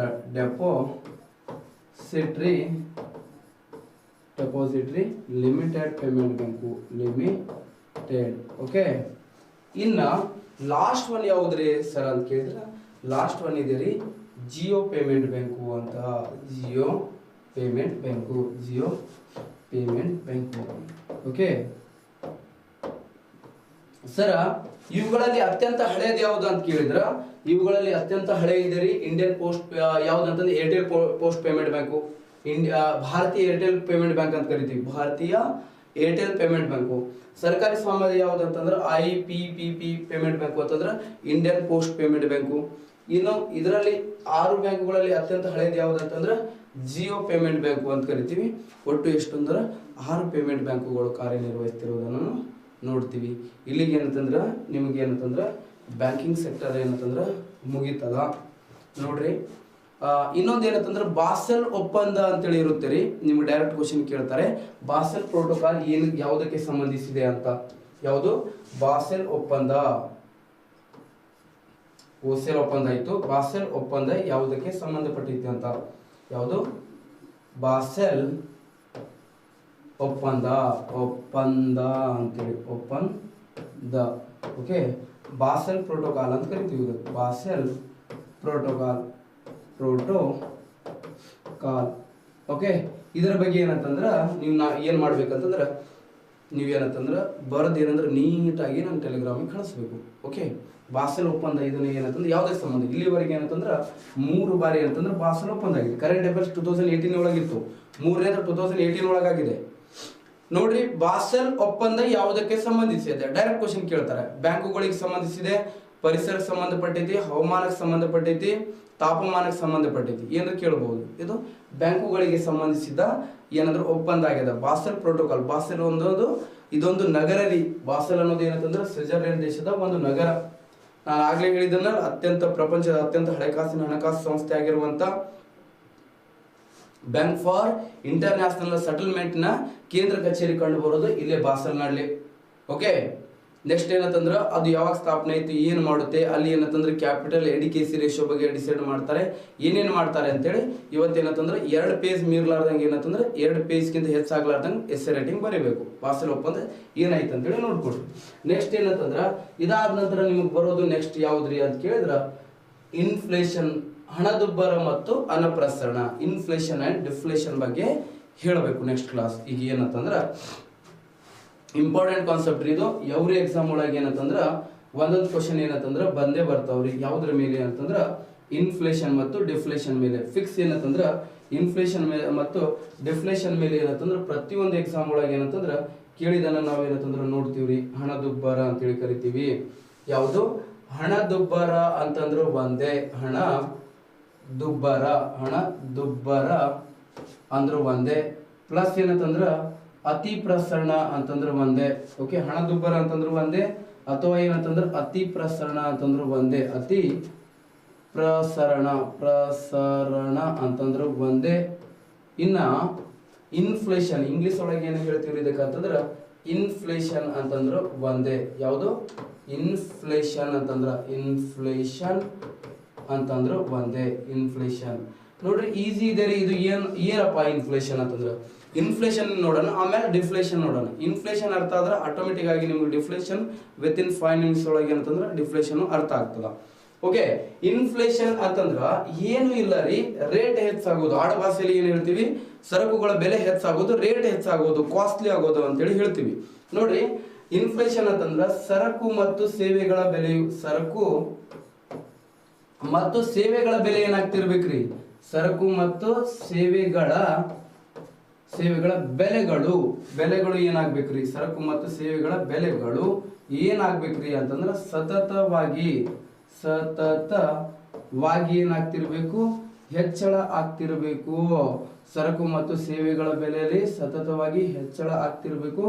ಮತ್ತು ಹಣದ ಮೌಲ್ಯದಲ್ಲಿ ಏನಾಗ್ತಿರ್ಬೇಕ್ರಿ? ಸರಕು ಮತ್ತು ಸೇವೆಗಳ ಬೆಲೆ ಸತತವಾಗಿ ಏನಾಗ್ತಿರ್ಬೇಕು? ಏರಿಕೆ ಆಗ್ತಿರ್ಬೇಕ್ರಿ. ಮತ್ತೇನಂತಂದ್ರ ಹಣದ ಮೌಲ್ಯದಲ್ಲಿ ಏನಾಗ್ತಿರ್ಬೇಕ್ರಿ ಅಂತ ಕೇಳಿದ್ರ ಹಣದ ಮೌಲ್ಯದಲ್ಲಿ ಏನಾಗ್ತಿರ್ಬೇಕ್ರಿ? ಸತತವಾಗಿ ಇಳಿಕೆ ಆಗುವಂತಿದ್ರೆ, ಹಣದ ಮೌಲ್ಯದಲ್ಲಿ ಏನಾಗಬೇಕು? ಸತತವಾಗಿ ಇಳಿಕೆ ಆಗ್ತಿರುವಂತಿದ್ರೆ, ಹಣದ ಮೌಲ್ಯದಲ್ಲಿ ಸತತವಾಗಿ ಏನಾಗ್ತಿರ್ಬೇಕು? ಇಳಿಕೆ ಆಗುವಂತಿದ್ರೆ ಅದನ್ನ ಏನಂತ ಕರಿತೀವಿ? ಹಣದುಬ್ಬರ ಅಂತೇಳಿ ಕರಿತೀವಿ. ಸರಕು ಮತ್ತು ನೋಡ್ರಿ ಎಷ್ಟು ಸಿಂಪಲ್ ಕಾನ್ಸೆಪ್ಟ್ ಇದೆ. ಹಿಂಗೆ ನಾ ಹೆಂಗ್ ಮಾತಾಡಿನ ಹಂಗೆ ಕ್ವಶನ್ ಕೇಳ್ತಾರೆ ನಿಮ್ಗೆ. ಸರಕು ಮತ್ತು ಸೇವೆಗಳ ಬೆಲೆ ಏನಾಗ್ತಿರ್ಬೇಕು? ಸತತವಾಗಿ ಏರಿಕೆ ಆಗ್ತಿರ್ಬೇಕು. ಮತ್ತೇನಂತಂದ್ರೆ ಹಣದ ಮೌಲ್ಯ ಏನಾಗ್ತಿರ್ಬೇಕು? ಇಳಿಕೆ ಆಗ್ತಿರ್ಬೇಕು. ಸತತವಾಗಿ ಕಂಟಿನ್ಯೂಸ್ಲಿ ಏನಾಗ್ತಿರ್ಬೇಕು? ಇಳಿಕೆ ಆಗ್ತಿರ್ಬೇಕು. ಅದನ್ನೇ ಹಣದುಬ್ಬರ ಅಂತ ಕರೀತಾರೆ. ಇನ್ನು ಇನ್ನೊಂದು ಅರ್ಥದಲ್ಲಿ ಹೇಳಬೇಕು ಅಂತಂದ್ರ ಏನ್ರಿ ಅಪ್ಪ? ಇನ್ನೊಂದು ಅರ್ಥದಲ್ಲಿ ಹೇಳಬೇಕು ಅಂತಂದ್ರ ಅಧಿಕ ಪ್ರಮಾಣದ ಹಣವು. ಯಾವ ಪ್ರಮಾಣದ ಹಣ? ಅಧಿಕ ಪ್ರಮಾಣದ ಹಣವು ಏನು ಮಾಡಬೇಕು ಅಂತಂದ್ರ ಅಧಿಕ ಪ್ರಮಾಣದ ಹಣವು ಕಡಿಮೆ ಪ್ರಮಾಣದ ಸರಕುಗಳನ್ನು ಪ್ರಮಾಣದ ಕಡಿಮೆ ಪ್ರಮಾಣದ ಸರಕುಗಳನ್ನು ಕೊಂಡುಕೊಳ್ಳುವಂತಿದ್ದರೆ ಕಡಿಮೆ ಪ್ರಮಾಣದ ಸರಕುಗಳನ್ನು ಕೊಂಡುಕೊಳ್ಳುವಂತಿದ್ದರೆ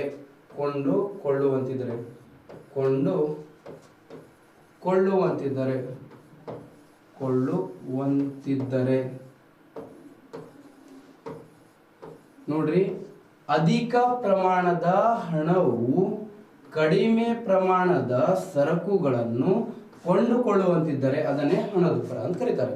ನೋಡ್ರಿ, ಮಾರ್ಕೆಟಿಗೆ ಹೋದ್ರೆ ಏನಂದ್ರೆ ಟ್ರಕ್ ತುಂಬ್ಕೊಂಡು ಹೋಗೋದು, ರೊಕ್ಕ ಸಾಮಾನು ಹೆಂಗೆ ತರೋದು, ಗೂಡ್ಸ್ ಹೆಂಗೆ ತರೋದು, ಈಟೇಟ್ ತೊಗೊಂಡು ಬರೋದು ಕ್ಯಾರಿ ಬ್ಯಾಗ್ ಒಳಗೆ. ಸೊ ಅದಕ್ಕೆ ಏನಂತಂದ್ರೆ ಕಾಸ್ಟ್ಲಿ ಆಗೋದ್ರಿ. ಈಗ ಇನ್ಫ್ಲೇಷನ್ ಆಗತ್ತದ, ಶ್ರೀಲಂಕಾ ಒಳಗೆ ಆರ್ಥಿಕ ತುರ್ತು ಪರಿಸ್ಥಿತಿ ಕೇಳಿರೇನು, ಪೇಪರ್ ಕೇಳಿರೇನು? ಮತ್ತು ಲಾಸ್ಟ್ ಟೈಮ್ ತಾಲಿಬಾನ್ ಅಫ್ಘಾನಿಸ್ತಾನ ಒಳಗೆ ಒಂದೊಂದು ವಾಟರ್ ಬಾಟಲ್ ಆಗಿತ್ತು ರೀ, ಎಷ್ಟು 2,000 3,000 ಒಂದು ವಾಟರ್ ಬಾಟಲ್ ಸಿಗೋದು. ಬ್ರೆಡ್ ಪ್ಯಾಕೆಟ್ ಇರ್ತದಲ್ಲ, ಡಬಲ್ ರೋಟಿ, ಅದು ಏನಂತಂದ್ರೆ 2,000 3,000. ಯಾಕಂದ್ರೆ ಅಂಗಡಿ ತೆಗೆದ್ರೆ ಇರ್ತಾರ, ಇವು ಬ್ಲಡಿನ ಅನ್ಸಿದ್ ಅಂಗಡಿ ತೆಗಿತಿ ಡಿಸ್ಕೌಂಟ್ ಮಾಡ್ತಿದ್ರು ತಾಲಿಬಾನ್ಗಳು. ಅವ್ರಿಗೆ ಎಲ್ಲಿ ಇಂಗ್ಲೀಷ್ ಬರ್ಬೇಕು ಬಿಡ್ರಿ ಸರ್ ಅಂತಿರಲ್ಲ, ಹೌದು. ಬಟ್ ಏನಂತಂದ್ರೆ ಮಾದ್ಗೀತಿ ಏನಿಲ್ಲ ತಮ್ಮ ಸುಡ್ತಿದ್ರು ಡೈರೆಕ್ಟ್. ಸೊ ಅದಕ್ಕೆ ಏನಂದ್ರೆ ಇನ್ಫ್ಲೇಷನ್ ಅಂತಂದ್ರೆ ಬೆಲೆಗಳು ಏರಿಕೆ ಆಗ್ತಿರ್ಬೇಕ್ರಿ, ಸತತವಾಗಿ ಬೆಲೆಗಳು ಏರಿಕೆ ಆಗ್ತಿರ್ಬೇಕು. ಮತ್ತೇನಂತಂದ್ರೆ ಹಣಕ್ಕೆ ಯಾವುದೇ ತರ ಏನಂತಂದ್ರೆ ವ್ಯಾಲ್ಯೂ ಅನ್ನೋದು ಇರ್ಬೋದು. ಸರಕು ಅಂದ್ರೆ ಏನು, ಸೇವೆ ಅಂದ್ರೆ ಏನು, ವ್ಯತ್ಯಾಸ ಎರಡಕ್ಕೆ ಏನ್ರಿ ವ್ಯತ್ಯಾಸ ಅದ ಅಂತಂದ್ರೆ, ಯಾವ್ದ ಕಣ್ಣಿಂದ ನೋಡ್ತೀವಲ್ಲ, ಯಾವ್ದ ಕಣ್ಣಿಂದ ನಾವು ಯಾವ್ದಕ್ಕೆ ಮುಟ್ತೀವೋ, ಯಾವ್ದ್ರ ಕ್ವಾಲಿಟಿ ಕ್ವಾಂಟಿಟಿ ಏನಂದ್ರೆ ಮೆಜರ್ ಮಾಡ್ತೀವಲ್ಲ, ಅವೆಲ್ಲ ಗೂಡ್ಸ್. ಇದು ವಾಚ್ ಆಗಿರ್ಬೋದು, ಈ ಪೆನ್ ಆಗಿರ್ಬೋದು, ಇದು ಏನಂತಂದ್ರೆ ಬ್ಲೇಸರ್ ಆಗ್ಬೋದು. ಓಕೆ, ಬ್ಲೇಸರ್ 60 ಕೋಟಿದ ಐತಿ. ಇದು ಎಷ್ಟು ಕೋಟಿದ ಐತಿ? 60 ಕೋಟಿದ ಐತಿ ನಮ್ದು. ಸೊ ಅದಕ್ಕೆ ಏನಂತಂದ್ರ ಇದು ಏನಂತಂದ್ರ ಇವೆಲ್ಲ ಏನಂತಂದ್ರೆ ಗೂಡ್ಸ್ ಅಂತೇಳಿ ಕರಿತೀವಿ. ಓಕೆ, ಎಲ್ಲ ಏನಂತಂದ್ರೆ ಕಾಮಿಡಿ ಹೇಳಿರ್ತೀವಿ ಅಷ್ಟೆಲ್ಲ. ಇದ್ರ ನಾವು ಯಾಕೆ ಇಲ್ಲಿ ಇರ್ತಿದೀವಿ, ನಾವೆಲ್ಲ ಬಡವರು. ಓಕೆ, ಏನಂತಂದ್ರೆ ಬಡವರಿಗೋಸ್ಕರ ಇರುವಂತ ಫೌಂಡೇಶನ್ ನಮ್ದು. ಓಕೆ, ಯಾರಿಗೆ ಏನಂತಂದ್ರೆ ಕೋಚಿಂಗ್ ಏನಂತಂದ್ರೆ 10,000 20,000 30,000 ಕೊಟ್ಟು ಹೋಗಕ್ಕ ಆಗ್ಲಾರ್ದವ್ರಿಗೆ ಏನಂತಂದ್ರೆ ಅತಿ ಬಡ ವಿದ್ಯಾರ್ಥಿಗಳಿಗೆ ನಾವು ಆಫ್ಲೈನ್ ಅಲ್ಲಿ ಹೇಳೋಕ್ಕಿಂತ ಜಾಸ್ತಿ ವಿಷಯಗಳನ್ನು ಇಲ್ಲಿ ಹೇಳಿರ್ತೀವಿ. ಯಾಕಂದ್ರೆ ನಿಮ್ಗೋಸ್ಕರ ಬಡ ವಿದ್ಯಾರ್ಥಿಗಳಿಗೆ ಏನಂತಂದ್ರೆ ಹೆಲ್ಪ್ ಆಗಲಿ ಅಂತೇಳಿ ಉದ್ದೇಶದಿಂದ ಅಷ್ಟೇ. ಸಂತೋಷ್ ಲಾಡ್ ಸರಿಗೆ ಏನಂತಂದ್ರೆ ಎಷ್ಟು ಥ್ಯಾಂಕ್ಸ್ ಹೇಳಿದ್ರು ಕೂಡ ಏನಂತಂದ್ರೆ ಕಡಿಮೆ ಅಲ್ಲ. ಕೆಲವೊಂದು ವಿದ್ಯಾರ್ಥಿಗಳು ಇಲ್ಲಿಂದ ಏನಂತಂದ್ರೆ UP ಬಿಹಾರಲ್ಲಿ ಕುತ್ಕೊಂಡು ಏನಂತಂದ್ರೆ ಪ್ರಿಪೇರ್ ಆಗ್ತಿದ್ದಾರೆ. ಸರ್ ಲಾಡ್ ಫೌಂಡೇಶನ್ ಎಷ್ಟು ಥ್ಯಾಂಕ್ಸ್ ಹೇಳಿದ್ರು ಕಡಿಮೆ ಸರ್ ಅಂತ ಹೇಳ್ತಿರ್ತಾರೆ. ಯಾಕಂತಂದ್ರೆ ಸರ್ ನಾವು UP ಬಿಹಾರಲ್ಲಿ ನಾವು ಮ್ಯಾರೇಜ್ ಆಗಿದೆ ಸರ್, ನಾವು ಕೆಲವೊಬ್ಬರು ಏನಂತಂದ್ರೆ ನಮ್ಮ ಅಪ್ಪ ಇಲ್ಲೇ ವರ್ಕ್ ಮಾಡ್ತಾರೆ ಸರ್, ಬಟ್ ನಮ್ಮ ಕೋಚಿಂಗ್ ಬರಾಕಲ್ಲಿ ಆಗಂಗಿಲ್ಲ ಸರ್. ಆದ್ರೂ ಕೂಡ ಕನ್ನಡ ಮೀಡಿಯಂ ಅಲ್ಲಿ ನಮಗೆ ಏನಂತಂದ್ರೆ ಇಲ್ಲಿಗೆ ನಾವು ಇಲ್ಲೇ ಕೂತ್ಕೊಂಡು ನಿಮ್ಗೆ ಕ್ಲಾಸ್ ಕೇಳ್ತೀವಲ್ಲ ಸರ್, ಬಹಳ ಖುಷಿ ಆಗ್ತೈತ್ರಿ ಸರ್ ಅಂತ ಹೇಳ್ತಿರ್ತಾರೆ. ಕೆಲವೊಂದು ಹುಡುಗರು ಏನಂತಂದ್ರೆ ಟೆಲಿಗ್ರಾಮ್ ಅಲ್ಲಿ ಮೆಸೇಜ್ ಮಾಡಿರ್ತಾರೆ, ಬಹಳ ಖುಷಿ ಅನಿಸ್ತೈತ್ರಿ. ನಿಜವಾಗ್ಲೂ ಏನಂತಂದ್ರೆ ಎಷ್ಟು ಆಸ್ತಿ ಅಂತಸ್ ಮಾಡಿದ್ರೆ ಏನಂತಂದ್ರೆ ಹಿಂಗೆ ಬರಂಗಿಲ್ರಿ. ಇಂಥ ಸಮಾಜಕ್ಕೆ ಏನಂದ್ರೆ ಒಳ್ಳೆ ಕಾರ್ಯಗಳನ್ನು ಮಾಡ್ಬೇಕು, ದೇವ್ರು ಎಲ್ಲ ಒಂದು ಕಡೆ ಇರ್ತೀವಿ. ಓಕೆ, ಸೊ ಲಾಡ್ ಸರಿಗೆ ಅಂದ್ರೆ ಇನ್ನು 100 ವರ್ಷ ಆಯುಷ್ಯ ಬರಲಿ ಅಂತೇಳಿ ನಾನು ಕೇಳ್ಕೊಳ್ತೀನಿ. ನಿಜವಾಗ್ಲೂ ಗ್ರೇಟ್ ವರ್ಕ್ ರೀಪ್ಪ ಇದು. ಓಕೆ, ನೆಕ್ಸ್ಟ್ ಏನಂತಂದ್ರೆ ಅಧಿಕ ಪ್ರಮಾಣದ ಹಣವು ಕಡಿಮೆ ಪ್ರಮಾಣದ ಸರಕುಗಳನ್ನು ಏನು ಮಾಡಬೇಕು, ಕೊಂಡುಕೊಳ್ಳುವಂತಿದ್ರೆ ಅದನ್ನ ಏನಂತ ಕರೀತಾರೆ, ಹಣದುಬ್ಬರ ಅಂತೇಳಿ ಕರೀತಾರೆ. ನೋಡ್ರಿ, ನಮ್ಮ ದೇಶದಲ್ಲಿ ಸರ್ಕಾರ ಏನಪ್ಪಾ ಅಂತಂದ್ರ, ನಮ್ಮ ದೇಶದಲ್ಲಿ ಸರ್ಕಾರ ಹಣದುಬ್ಬರದ ಪ್ರಮಾಣವನ್ನು ಸರ್ಕಾರ 2% ಕಡಿಮೆ ಆಗ್ಲಾರ್ದಂಗೂ ಬಿಡಂಗಿಲ್ಲ. ಎಷ್ಟಕ್ಕಿಂತ 2% ಕಡಿಮೆ ಆಗಕ್ಕೂ ಬಿಡಂಗಿಲ್ಲ ಅಂತಂದ್ರ ಹಂಗಂದ್ರೆ ಏನಂತೇಳಿ ಹೇಳ್ತೀನಿ ತಡ್ರಿ ನಿಮ್ಗೆ. ಮತ್ತು 6ಕ್ಕಿಂತ ಹೆಚ್ಚಾಗಕ್ಕೂ ಬಿಡಂಗಿಲ್ಲ. ಓಕೆ, ಇದನ್ನ ಗೌರ್ಮೆಂಟ್ದವರು ನಿಮಗೆ PSI ಅಲ್ಲಿ ಡೈರೆಕ್ಟ್ ಕ್ವಶನ್ ಕೇಳಿದ್ರಿಗೆ ಏನಂತೇಳಿ ಕೇಳಿದ್ರು ಅಂತಂದ್ರೆ, ಸರ್ ನಮ್ಮ ದೇಶದಲ್ಲಿ ಇನ್ಫ್ಲೇಷನ್ ಅನ್ನು ಯಾರು ಕಂಟ್ರೋಲ್ ಮಾಡ್ತಾರೆ ಅಂತ. ಹಾಗಾದ್ರೆ ನಮ್ಮ ದೇಶದಲ್ಲಿ ಇನ್ಫ್ಲೇಷನ್ ಅನ್ನು ಕಂಟ್ರೋಲ್ ಮಾಡೋರು ಯಾರಿರ್ತಾರೆ ಅಂದ್ರೆ ಸೆಂಟ್ರಲ್ ಗೌರ್ಮೆಂಟ್ ಅಂಡ್ RBI ಮತ್ತು ಕೇಂದ್ರ ಸರ್ಕಾರದವರು ನಮ್ಮ ದೇಶದಲ್ಲಿ ಇನ್ಫ್ಲೇಷನ್. ನೋಡ್ರಿ, ಈ ಯಾವುದೋ ಒಂದು ಪ್ರಾಡಕ್ಟ್ ಏನಂತಂದ್ರೆ, ಒಂದು ವಸ್ತುಗೆ ಏನಂತಂದ್ರೆ, ಈಗ ಈ ಬಾಟ್ಲಿ ಅದಲ್ಲ, ಈ ಬಾಟ್ಲಿಗೆ ಏನಂತಂದ್ರೆ ಈಗ ಸದ್ಯ ಏನಂತಂದ್ರೆ ಈ ಬಾಟ್ಲಿಗೆ 100 ರೂಪಾಯಿ ಅದ ಅಂತ ತಿಳ್ಕೊ, ಊಹೆ ಮಾಡ್ಕೊಳ್ರಿ ಅಷ್ಟೇ. 100 ಅದ ಅಂತ ತಿಳ್ಕೊ, 100 ರೂಪಾಯಿ ಇದ್ರ ನೆಕ್ಸ್ಟ್ ಏನಂತಂದ್ರೆ ಇದ್ರ ಬೆಲೆ 101 ಆಗ್ಬಾರ್ದು, 102 ಆಗ್ಬಾರ್ದು, 103ಕ್ಕಿಂತ ಏನಾಗಬೇಕು, 103ಕ್ಕಿಂತ ಏನಾಗಬೇಕು, ಹೆಚ್ಚಾಗಬೇಕು. ಎಷ್ಟಕ್ಕಿಂತ ಹೆಚ್ಚಾಗಬೇಕು, 103ಕ್ಕಿಂತ ಹೆಚ್ಚಾಗಬೇಕು. 103ಕ್ಕಿಂತ 2ಕ್ಕಿಂತ ಕಡಿಮೆನೂ ಆಗಬಾರ್ದು, 103 ಆಗಲಿ. ಅಥವಾ ಏನಂತಂದ್ರೆ ಎಷ್ಟು ಅಪ್ ಟು ಏನಂತಂದ್ರೆ 105 ಮಟನು 106 ಮಟನು ಇರಲಿ. ಬಟ್ ಏನಂದ್ರೆ 107 ಆಗಂಗಿಲ್ಲ. ಓಕೆ, ಸೊ ಇದು ಏನಂತಂದ್ರೆ ಇನ್ಫ್ಲೇಷನ್ ಇಷ್ಟರೊಳಗೆ ಇರಬೇಕು ಅಂತೇಳಿ ಗೌರ್ಮೆಂಟ್ ಅವ್ರು ಹೇಳ್ತಾರೆ. ಜಾಸ್ತಿ ಆದ್ರೂ ಸಮಸ್ಯೆ ಆಗ್ತದ, ಕಡಿಮೆ ಆದ್ರೂ ಸಮಸ್ಯೆ ಆಗ್ತದ ಅಂತೇಳಿ ಹೇಳ್ಬಹುದು.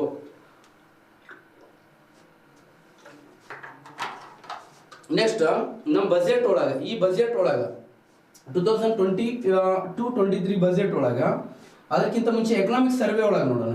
ಈಗ ಎಕನಾಮಿಕ್ ಸರ್ವೆ ಒಳಗ ನಮ್ಮ ದೇಶದ ಇನ್ಫ್ಲೇಷನ್ ರೇಟ್ ರೀ ಎದಪ್ಪ ಅನ್ವಯ ಅಂತ ಕೇಳಿದ್ರೆ ಬಜೆಟ್ ಅನ್ವಯ ನಮ್ಮ ದೇಶದಲ್ಲಿ ಇನ್ಫ್ಲೇಷನ್ ಎಷ್ಟಾಗ್ಯದಪ್ಪ ಮತ್ತೇನಂತಂದ್ರೆ ಎಕನಾಮಿಕ್ ಸರ್ವೆ ಪ್ರಕಾರ 2021-22 ಎಕನಾಮಿಕ್ ಸರ್ವೆ ಪ್ರಕಾರ ನಮ್ಮ ದೇಶದಲ್ಲಿ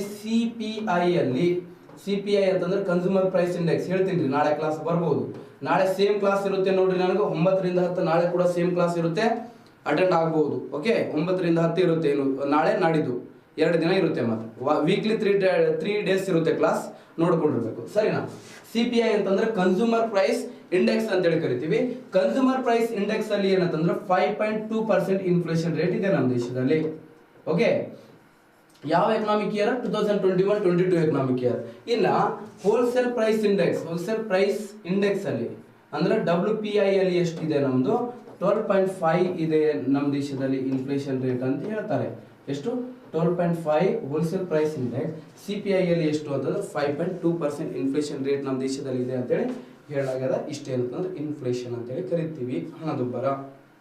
ಇನ್ನ ಹಣದುಬ್ಬರ ನೋಡಿದಾಗ ಮತ್ತೆ ನಮ್ಮ ದೇಶದಲ್ಲಿ ಹಣದುಬ್ಬರದಲ್ಲಿ ವಿಧಗಳು ಬರ್ತಾವ್ರಿ, ಇಂಪಾರ್ಟೆಂಟ್ ಆಗಿರುವಂತ ವಿಧಗಳು ಬರ್ತಾವ್ರಿ. ಯಾವ್ದು ನೋಡ್ರಿ, ಇಷ್ಟೊತ್ತು ಹೇಳಿದ್ರ ಭಾರತದ ಹಣದುಬ್ಬರದ ಪ್ರಮಾಣವನ್ನು ಎಷ್ಟು ಅಂತಂದ್ರೆ 2% ಹೆಚ್ಚಾಗಕ್ಕೂ ಬಿಡಬಾರ್ದು, ಮತ್ತೇನಂತಂದ್ರೆ 6% ಏನಂತಂದ್ರೆ ಕಡಿಮೆ ಆಗಕ್ಕೂ ಬಿಡಬಾರ್ದು ಅಂತೇಳಿ ಸರ್ಕಾರ ನೋಡ್ಕೊಡುತ್ತೆ.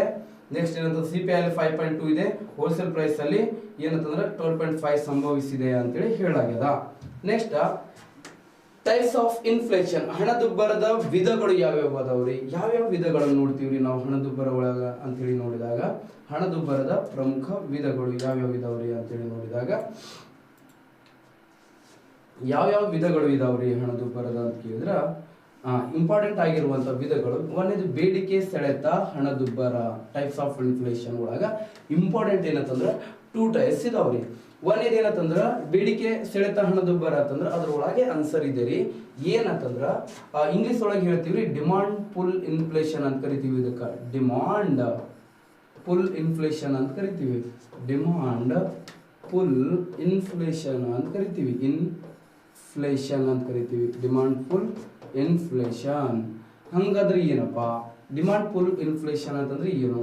ಯಾವ್ದಕ್ಕ ಬೇಡಿಕೆ ಸೆಳೆತ ಹಣದುಬ್ಬರ ಅಂತ ಕರೀತಾರೆ, ಯಾವ್ದಕ್ಕ ಡಿಮಾಂಡ್ ಪುಲ್ ಇನ್ಫ್ಲೇಷನ್ ಅಂತ ಕರೀತಾರೆ ಅಂತಂದ್ರ ಸರಕು ಮತ್ತು ಸೇವೆಗಳ ಬೇಡಿಕೆ ಏನಿರ್ಬೇಕ್ರಿ? ನೋಡ್ರಿ, ಸರಕು ಮತ್ತು ಸೇವೆಗಳು, ಗೂಡ್ಸ್ ಮತ್ತು ಸರ್ವಿಸ್ ಡಿಮಾಂಡ್ ಜಾಸ್ತಿ ಇರಬೇಕು ಮತ್ತು ಸಪ್ಲೈ ಕಡಿಮೆ ಇರಬೇಕು. ಸರಕು ಮತ್ತು ಸೇವೆಗಳ ಬೆಲೆ ಏನಿರ್ಬೇಕ್ರಿ? ಸೇವೆಗಳ ಬೆಲೆ ಏನಾಗ್ತಿರ್ಬೇಕು? ಬೇಡಿಕೆ ಏನಿರ್ಬೇಕು ರೀ ಅಂತಂದ್ರೆ ಹೆಚ್ಚಿರ್ಬೇಕು. ಸರಕು ಮತ್ತು ಸೇವೆಗಳ ಬೇಡಿಕೆ ಏನಿರ್ಬೇಕು? ಹೆಚ್ಚಿರ್ಬೇಕ್ರಿ. ಬೇಡಿಕೆ ಹೆಚ್ಚಿರ್ಬೇಕು ಮತ್ತು ಪೂರೈಕೆ ಏನಿರ್ಬೇಕು? ಅದೇ ಸರಕು ಮತ್ತು ಸೇವೆಗಳ ಪೂರೈಕೆ ಪ್ರಮಾಣ ಏನಿರ್ಬೇಕ್ರಿ? ಪೂರೈಕೆ ಪ್ರಮಾಣ ಏನಿರ್ಬೇಕು? ಕಡಿಮೆ ಇರುವಂತಿದ್ರೆ, ಪೂರೈಕೆ ಪ್ರಮಾಣ ಕಡಿಮೆ ಇರುವಂತಿದ್ರೆ, ಪೂರೈಕೆ ಸಪ್ಲೈ ಏನಿರ್ಬೇಕು? ಕಡಿಮೆ ಇರುವಂತಿದ್ರೆ ಅದನ್ನ ಏನಂತ ಕರೀತಾರೆ? ಬೇಡಿಕೆ ಸೆಳೆತ ಹಣದುಬ್ಬರ ಅಂತೇಳಿ ಕರೀತಾರೆ. ನೋಡ್ರಿ, ಯಾವುದೇ ಒಂದು ವಸ್ತುವಿನ ಬೇಡಿಕೆ ಜಾಸ್ತಿ ಆದ್ರ ಆಟೋಮೆಟಿಕ್ ಆಗಿ ಆ ಸರಕುಗಳ ಬೆಲೆ ಕೂಡ ಏನಾಗ್ತದ? ಹೆಚ್ಚಾಗ್ತದ. ಬೇಡಿಕೆ ಡಿಮಾಂಡ್ ಜಾಸ್ತಿ ಆದ್ರೆ ಆಟೋಮೆಟಿಕ್ ಆಗಿ ಅದ್ರ ಬೇಡಿಕೆ ಕೂಡ ಏನಾಗ್ತದ? ಜಾಸ್ತಿ ಆಗ್ತದ. ಬೇಡಿಕೆ ಜಾಸ್ತಿ ಆದ್ರೆ ಪ್ರೈಸ್ ಕೂಡ ಜಾಸ್ತಿ ಆಗ್ತದ.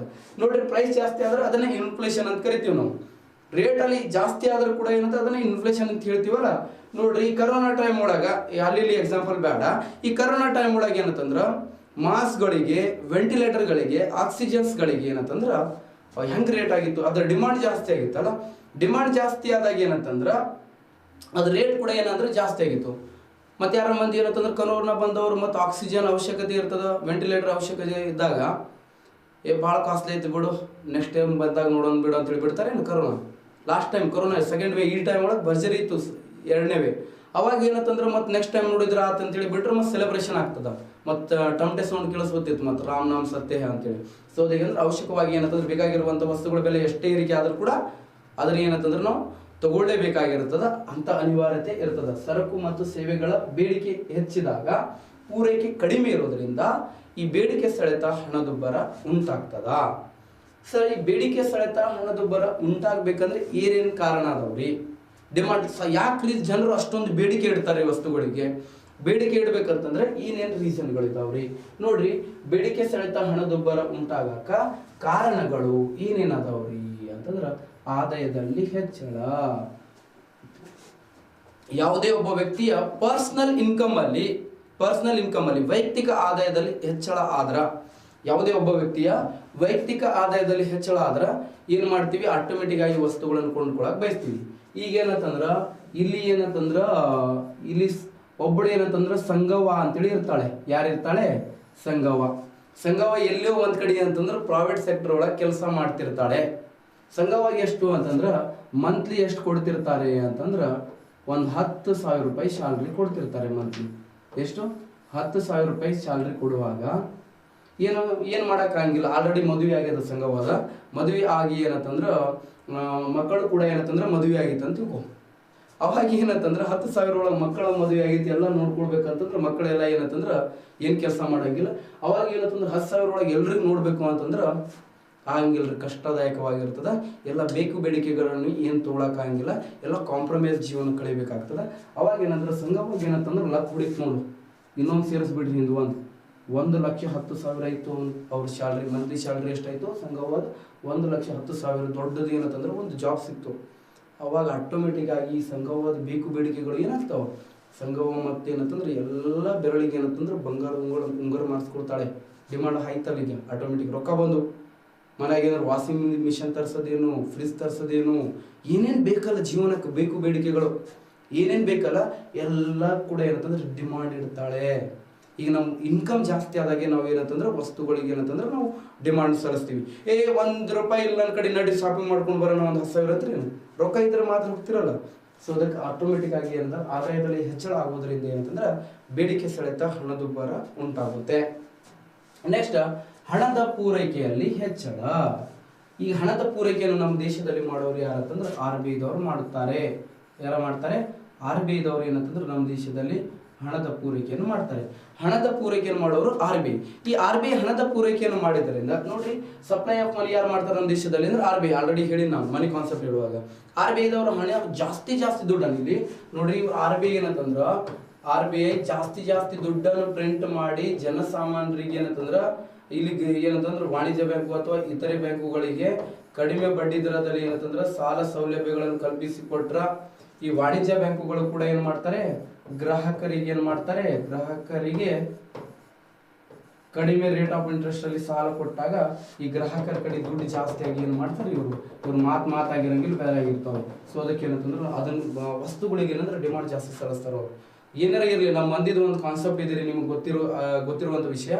ಸಾಲ ಮಾಡಿ ಆದ್ರೆ ಬಿರಿಯಾನಿ ತುಪ್ಪ ತಿನ್ನೋ ಮಂದಿ ನಮ್ಮ. ಓಕೆ, ಆರಾಮ್ ತೀರ್ಸಿದ್ರೆ ಆದ್ಬಿಡು. ಓಕೆ, ಸಾಲ ತಗೊಳ್ಳುವಾಗ ಮಸ್ತ್ ಖುಷಿಯಾಗಿ ಏನಂತಂದ್ರೆ ತಗೊಳ್ತಾರೆ. ಮತ್ತು ಸಾಲ ಕೊಡೋದ್ರಾಗ ಕೊಡನ್ ತಗೋ ಅಂತಾರೆ. ಸೊ ಅದಕ್ಕೆ ಏನಾದ್ರು ಬೇಡಿಕೆಗಳು ಜಾಸ್ತಿ ಆಗ್ತವೆ, ಆಟೋಮೆಟಿಕ್ ಆಗಿ ಅಂತ ಬೇಡಿಕೆ ಸೆಳೆತ ಹಣದುಬ್ಬರ ಉಂಟಾಗ್ತದ. ಓಕೆ, ಇನ್ನ ಅನುಭೋಗದ ಆಸೆರಿ. ಕನ್ಸ್ಯೂಮ್ ಮಾಡ್ಬೇಕು, ವಸ್ತುಗಳು ನೋಡಿದ ಕೂಡಲೇ ಏನಂತಂದ್ರೆ ಕನ್ಸ್ಯೂಮ್ ಮಾಡಬೇಕು ಅನಿಸ್ಬೇಕು, ನೋಡಿದ ಕೂಡಲೇ ಬೇಕಾ ಅನಿಸ್ಬೇಕು. ಬಹಳಷ್ಟು ಮಂದಿಗೆ ಅನಿಸ್ತಿದೆ, ಈಗ ಯಾವ್ದಾರ ಒಂದು ಪ್ರಾಡಕ್ಟ್ ನೋಡಿದ ಕೂಡಲೇ ಬೇಕಾ ಅಂತೇಳಿ ಅನಿಸ್ತದೆ. ಬಟ್ ಬೇಕಾದ ಎಲ್ಲ ಏನಂತಂದ್ರೆ ಸಿಗ್ಬೇಕು ಅಂತಂದ್ರೆ ಅಷ್ಟು ಈಸಿಯಾಗಿ ಸಿಗಂಗಿಲ್ಲ ಅವು.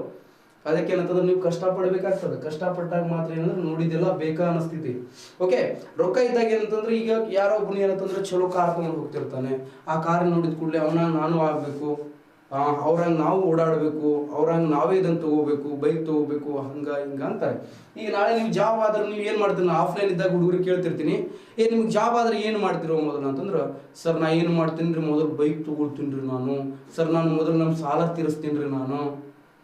ಸರ್ ನಾನು ಏನಂತಂದ್ರೆ ಕಾರ್ ತಗೊಳ್ತೀನಿ ರೀ, ಹಂಗ ಹಿಂಗ ಏನಂತಂದ್ರೆ ಹೇಳ್ತಿರ್ತಾರೆ. ಬಟ್ ಅನುಭವದ ಇನ್ನು ಕೆಲವೊಬ್ಬರು ಸರ ನಿಮ್ಮ ಹಂಗ ಬೈಕ್ ತಗೊಳ್ತೀನಿ ರೀ ಸರ, ನಿಮ್ಮ ಹಂಗೆ ಕಾರ್ ತಗೊಳ್ತೀನಿ ರೀ ಸರ, ನಿಮ್ಮ ಹಂಗೆ ಮನಿ ಕಟ್ಟಿಸ್ಕೊಳ್ತೀನಿ ರೀ ಸರ ಅಂತಿರ್ತಾರೆ. ಸೊ ನಿಮ್ಮಂಗದ ಪದದ ಅರ್ಥ ಏನಂತಂದ್ರೆ ನಾವು ದುಡಿಬೇಕು, ನಿಮ್ಮಂಗೆ ನಾವು ಕೂಡ ಏನಂದ್ರೆ ಲಿವಿಂಗ್ ಸ್ಟ್ಯಾಂಡರ್ಡ್ ಲೈಫ್ ಏನಂತಂದ್ರೆ ಸ್ಟ್ಯಾಂಡರ್ಡ್ನೆಸ್ ಮಾಡ್ಬೇಕ್ರಿ ಸರ್ ಅಂತೇಳಿ ಹೇಳ್ತಿರ್ತಾರೆ. ಸೊ ಅದಕ್ಕೆ ಏನಂತಂದ್ರೆ ಕೈ ಕೆಸರ ಆದ್ರೆ ಏನಂತಂದ್ರೆ ಬಾಯಿ ಮೊಸರು ಆಗ್ತದ್ರಿ. ಈ ಕೈ ಕೆಸರ ಅಂತಂದ್ರೆ ಮತ್ತೆ ಗೌಂಡಿ ಕೆಲ್ಸಕ್ಕೆ ಹೋಗಿರಿ. ಈಗ ಏನಂತಂದ್ರೆ ಓದ್ಬೇಕು. ಓದಿದಾಗ ಆಟೋಮೆಟಿಕ್ ಆಗಿ ಈ ಪ್ರತಿಯೊಂದು ಕಾಂಪ್ರಮೈಸ್ ಲೈಫ್ ಇದೆಯಲ್ಲ, ನಿಮ್ದು ಕಾಂಪ್ರಮೈಸ್ ಲೈಫ್ ಇದೆಯಲ್ಲ ಏನಂತಂದ್ರೆ ಕಾಂಪ್ರಮೈಸ್ ಲೆಸ್ ಆಗಿರ್ತದೆ. ಎಲ್ಲ ಏನ್ ಬೇಕಾಗಿತ್ತು ತಗೊಳ್ಬಹುದು. ನೆಕ್ಸ್ಟ್ ಏನಂತಂದ್ರ ಅಭಿರುಚಿಯಲ್ಲಿ ಬದಲಾವಣೆ ಅಂದ್ರೆ ನಿಮ್ಮ ಟೇಸ್ಟ್ ಅಲ್ಲಿ. ಈಗ PGಯಲ್ಲಿ ಇದ್ದವ್ರು ಏನಂತಾರೆ, PG ಊಟ ತಿಂದು ಸಾಕಾಗಿರ್ತದೆ ನಿಮ್ಗೆ. ಅವಾಗ ಏನಂತಂದ್ರೆ ವೀಕ್ಲಿ ಸಂಡೇ ಅಥವಾ ಯಾವಾಗಾರ ಏನಂತಂದ್ರೆ ಔಟ್ಸೈಡ್ ಹೋದಾಗ ಜಾಸ್ತಿ ಔಟ್ಸೈಡ್ ಫುಡ್ಡಿಗೆ ಏನಂದ್ರೆ ಡಿಮಾಂಡ್ ಬಂದಾಗ ಆಟೋಮೆಟಿಕ್ ಆಗಿ ಏನಂತಂದ್ರೆ ಈ ಇನ್ಫ್ಲೇಷನ್ ಉಂಟಾಗ್ತದೆ. ನಮ್ಮ ಧಾರವಾಡ ಒಳಗೆ ಏನಂತಂದ್ರೆ ಚಾಕ್ ಭಾಳಷ್ಟು ಡಿಮಾಂಡ್ ಇದೆ ರೀ. ಯಾಕಂದ್ರೆ ನಮ್ಮ ಮಂದಿ ಚಾ ಭಾಳ ಕುಡಿತಾರೆ. ಚಾ ಕಪ್ ಇದು ಇಟ್ಕೊಳಕ್ ಇಲ್ಲೇ ಐತ್ರಿ ಸರ್, ಇದು ಇಟ್ಕೊಳಕ್ ಇಲ್ಲೇ ಐತಿ ನೋಡಿ. ಓಕೆ, ಚಾ ಭಾಳ ಕುಡಿತಾರೆ ನಮ್ಮ ಮಂದಿ. ಸೊ ಅದಕ್ಕೆ ಏನಂದ್ರೆ ಮೊದಲು 2016-17ರಲ್ಲಿ 3 ರೂಪಾಯಿಗೆ ಒಂದು ಚಾ ಸಿಕ್ತಿದ್ವು, 3 ರೂಪಾಯಿಗೆ ಹಾಕೊಡ್ತಿದ್ರು ಕುಡಿರು ಅಂತೇಳಿ. ಈಗ ಒಂದೊಂದು ಚಾ ಒಳಗೆ ಶುಂಠಿ ಹಾಕಿ ಏನಂತಂದ್ರೆ 6-7 ರೂಪಾಯಿ ಮಾಡಿಬಿಟ್ಟಿದ್ದಾರೆ. ಸೊ ಅದಕ್ಕೆ ಏನಂತಂದ್ರೆ ಯಾಕೆ ಎಷ್ಟೊಂದು ಅಂತಂದ್ರೆ ಏನಂತಂದ್ರೆ ಇಲ್ಲಿ ಧಾರವಾಡಕ್ಕೆ ಬಂದ್ರೆ ಏನಂತಂದ್ರೆ ಒಂದು ಚಾ ಸೆಂಟರ್, ಒಂದು ಕೋಚಿಂಗ್ ಸೆಂಟರ್ ಇದಾವೆ ನೋಡ್ರಿ. ಪಾನ್ ಶಾಪಿನೂ ಕಡಿಮೆ ಅದಾವೆ, ಪಾನ್ ಶಾಪ್ ಸಿಗಂಗಿಲ್ಲ ನಿಮ್ಗೆ. ಆದ್ರೆ ಕೋಚಿಂಗ್ ಸೆಂಟರ್ ಮತ್ತು ಟೀ ಸೆಂಟರ್ ಸಿಗ್ತಾವೆ ನಿಮ್ಗೆ. ಯಾಕಂದ್ರೆ ಅಷ್ಟೊಂದು ಮತ್ತೆ ಪ್ರತಿಯೊಂದು ಟೀ ಸೆಂಟರ್ ಒಳಗೆ ಮತ್ತು ಫುಲ್ ರಸ್. ಓಕೆ, ಅದಕ್ಕೆ ಏನಂತಂದ್ರೆ ಬೇಡಿಕೆ ಜಾಸ್ತಿ ಆಗಿದ್ರಿ, ಅದಕ್ಕೆ ಏನಂದ್ರೆ ಬೆಲೆಗಳು ಕೂಡ ಏನಂತಂದ್ರೆ ಹೆಚ್ಚಾಗ್ತದ. ನಿಮ್ ಹೇಳಿಕೆ ರೂಪದಲ್ಲಿ ಕೇಳ್ತಾರೆ, ಬೇಡಿಕೆ ಸೆಳೆತ ಹಣದುಬ್ಬರ ಉಂಟಾಗಲು ಕಾರಣ ಏನು ಅಂತಂದ್ರ ಅನುಭೋಗದ ಆಸೆಯಲ್ಲಿ ಯಾವುದೇ ಬದಲಾವಣೆ ಆಗದೇ ಇರುವುದು ತಪ್ಪಾಗ್ತದೆ. ಹೇಳಿಕೆ ಅನುಭೋಗದ ಆಸೆಯಲ್ಲಿ ಏನಾಗಬೇಕು, ಬದಲಾವಣೆ ಆಗಬೇಕು. ಅಭಿರುಚಿಯಲ್ಲಿ ಏನಂತಂದ್ರೆ ಬದಲಾವಣೆ ಆಗಬೇಕು.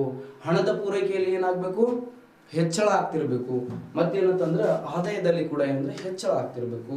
ಆದ ಕಾರಣ ಏನಂತಂದ್ರೆ ಈ ಎಲ್ಲ ಹಣದುಬ್ಬರಗಳು, ಬೇಡಿಕೆ ಸೆಳೆತ ಹಣದುಬ್ಬರ ಏನಂತಂದ್ರೆ ಸಂಭವಿಸ್ತದ ಅಂತೇಳಿ ಹೇಳ್ಬೋದು.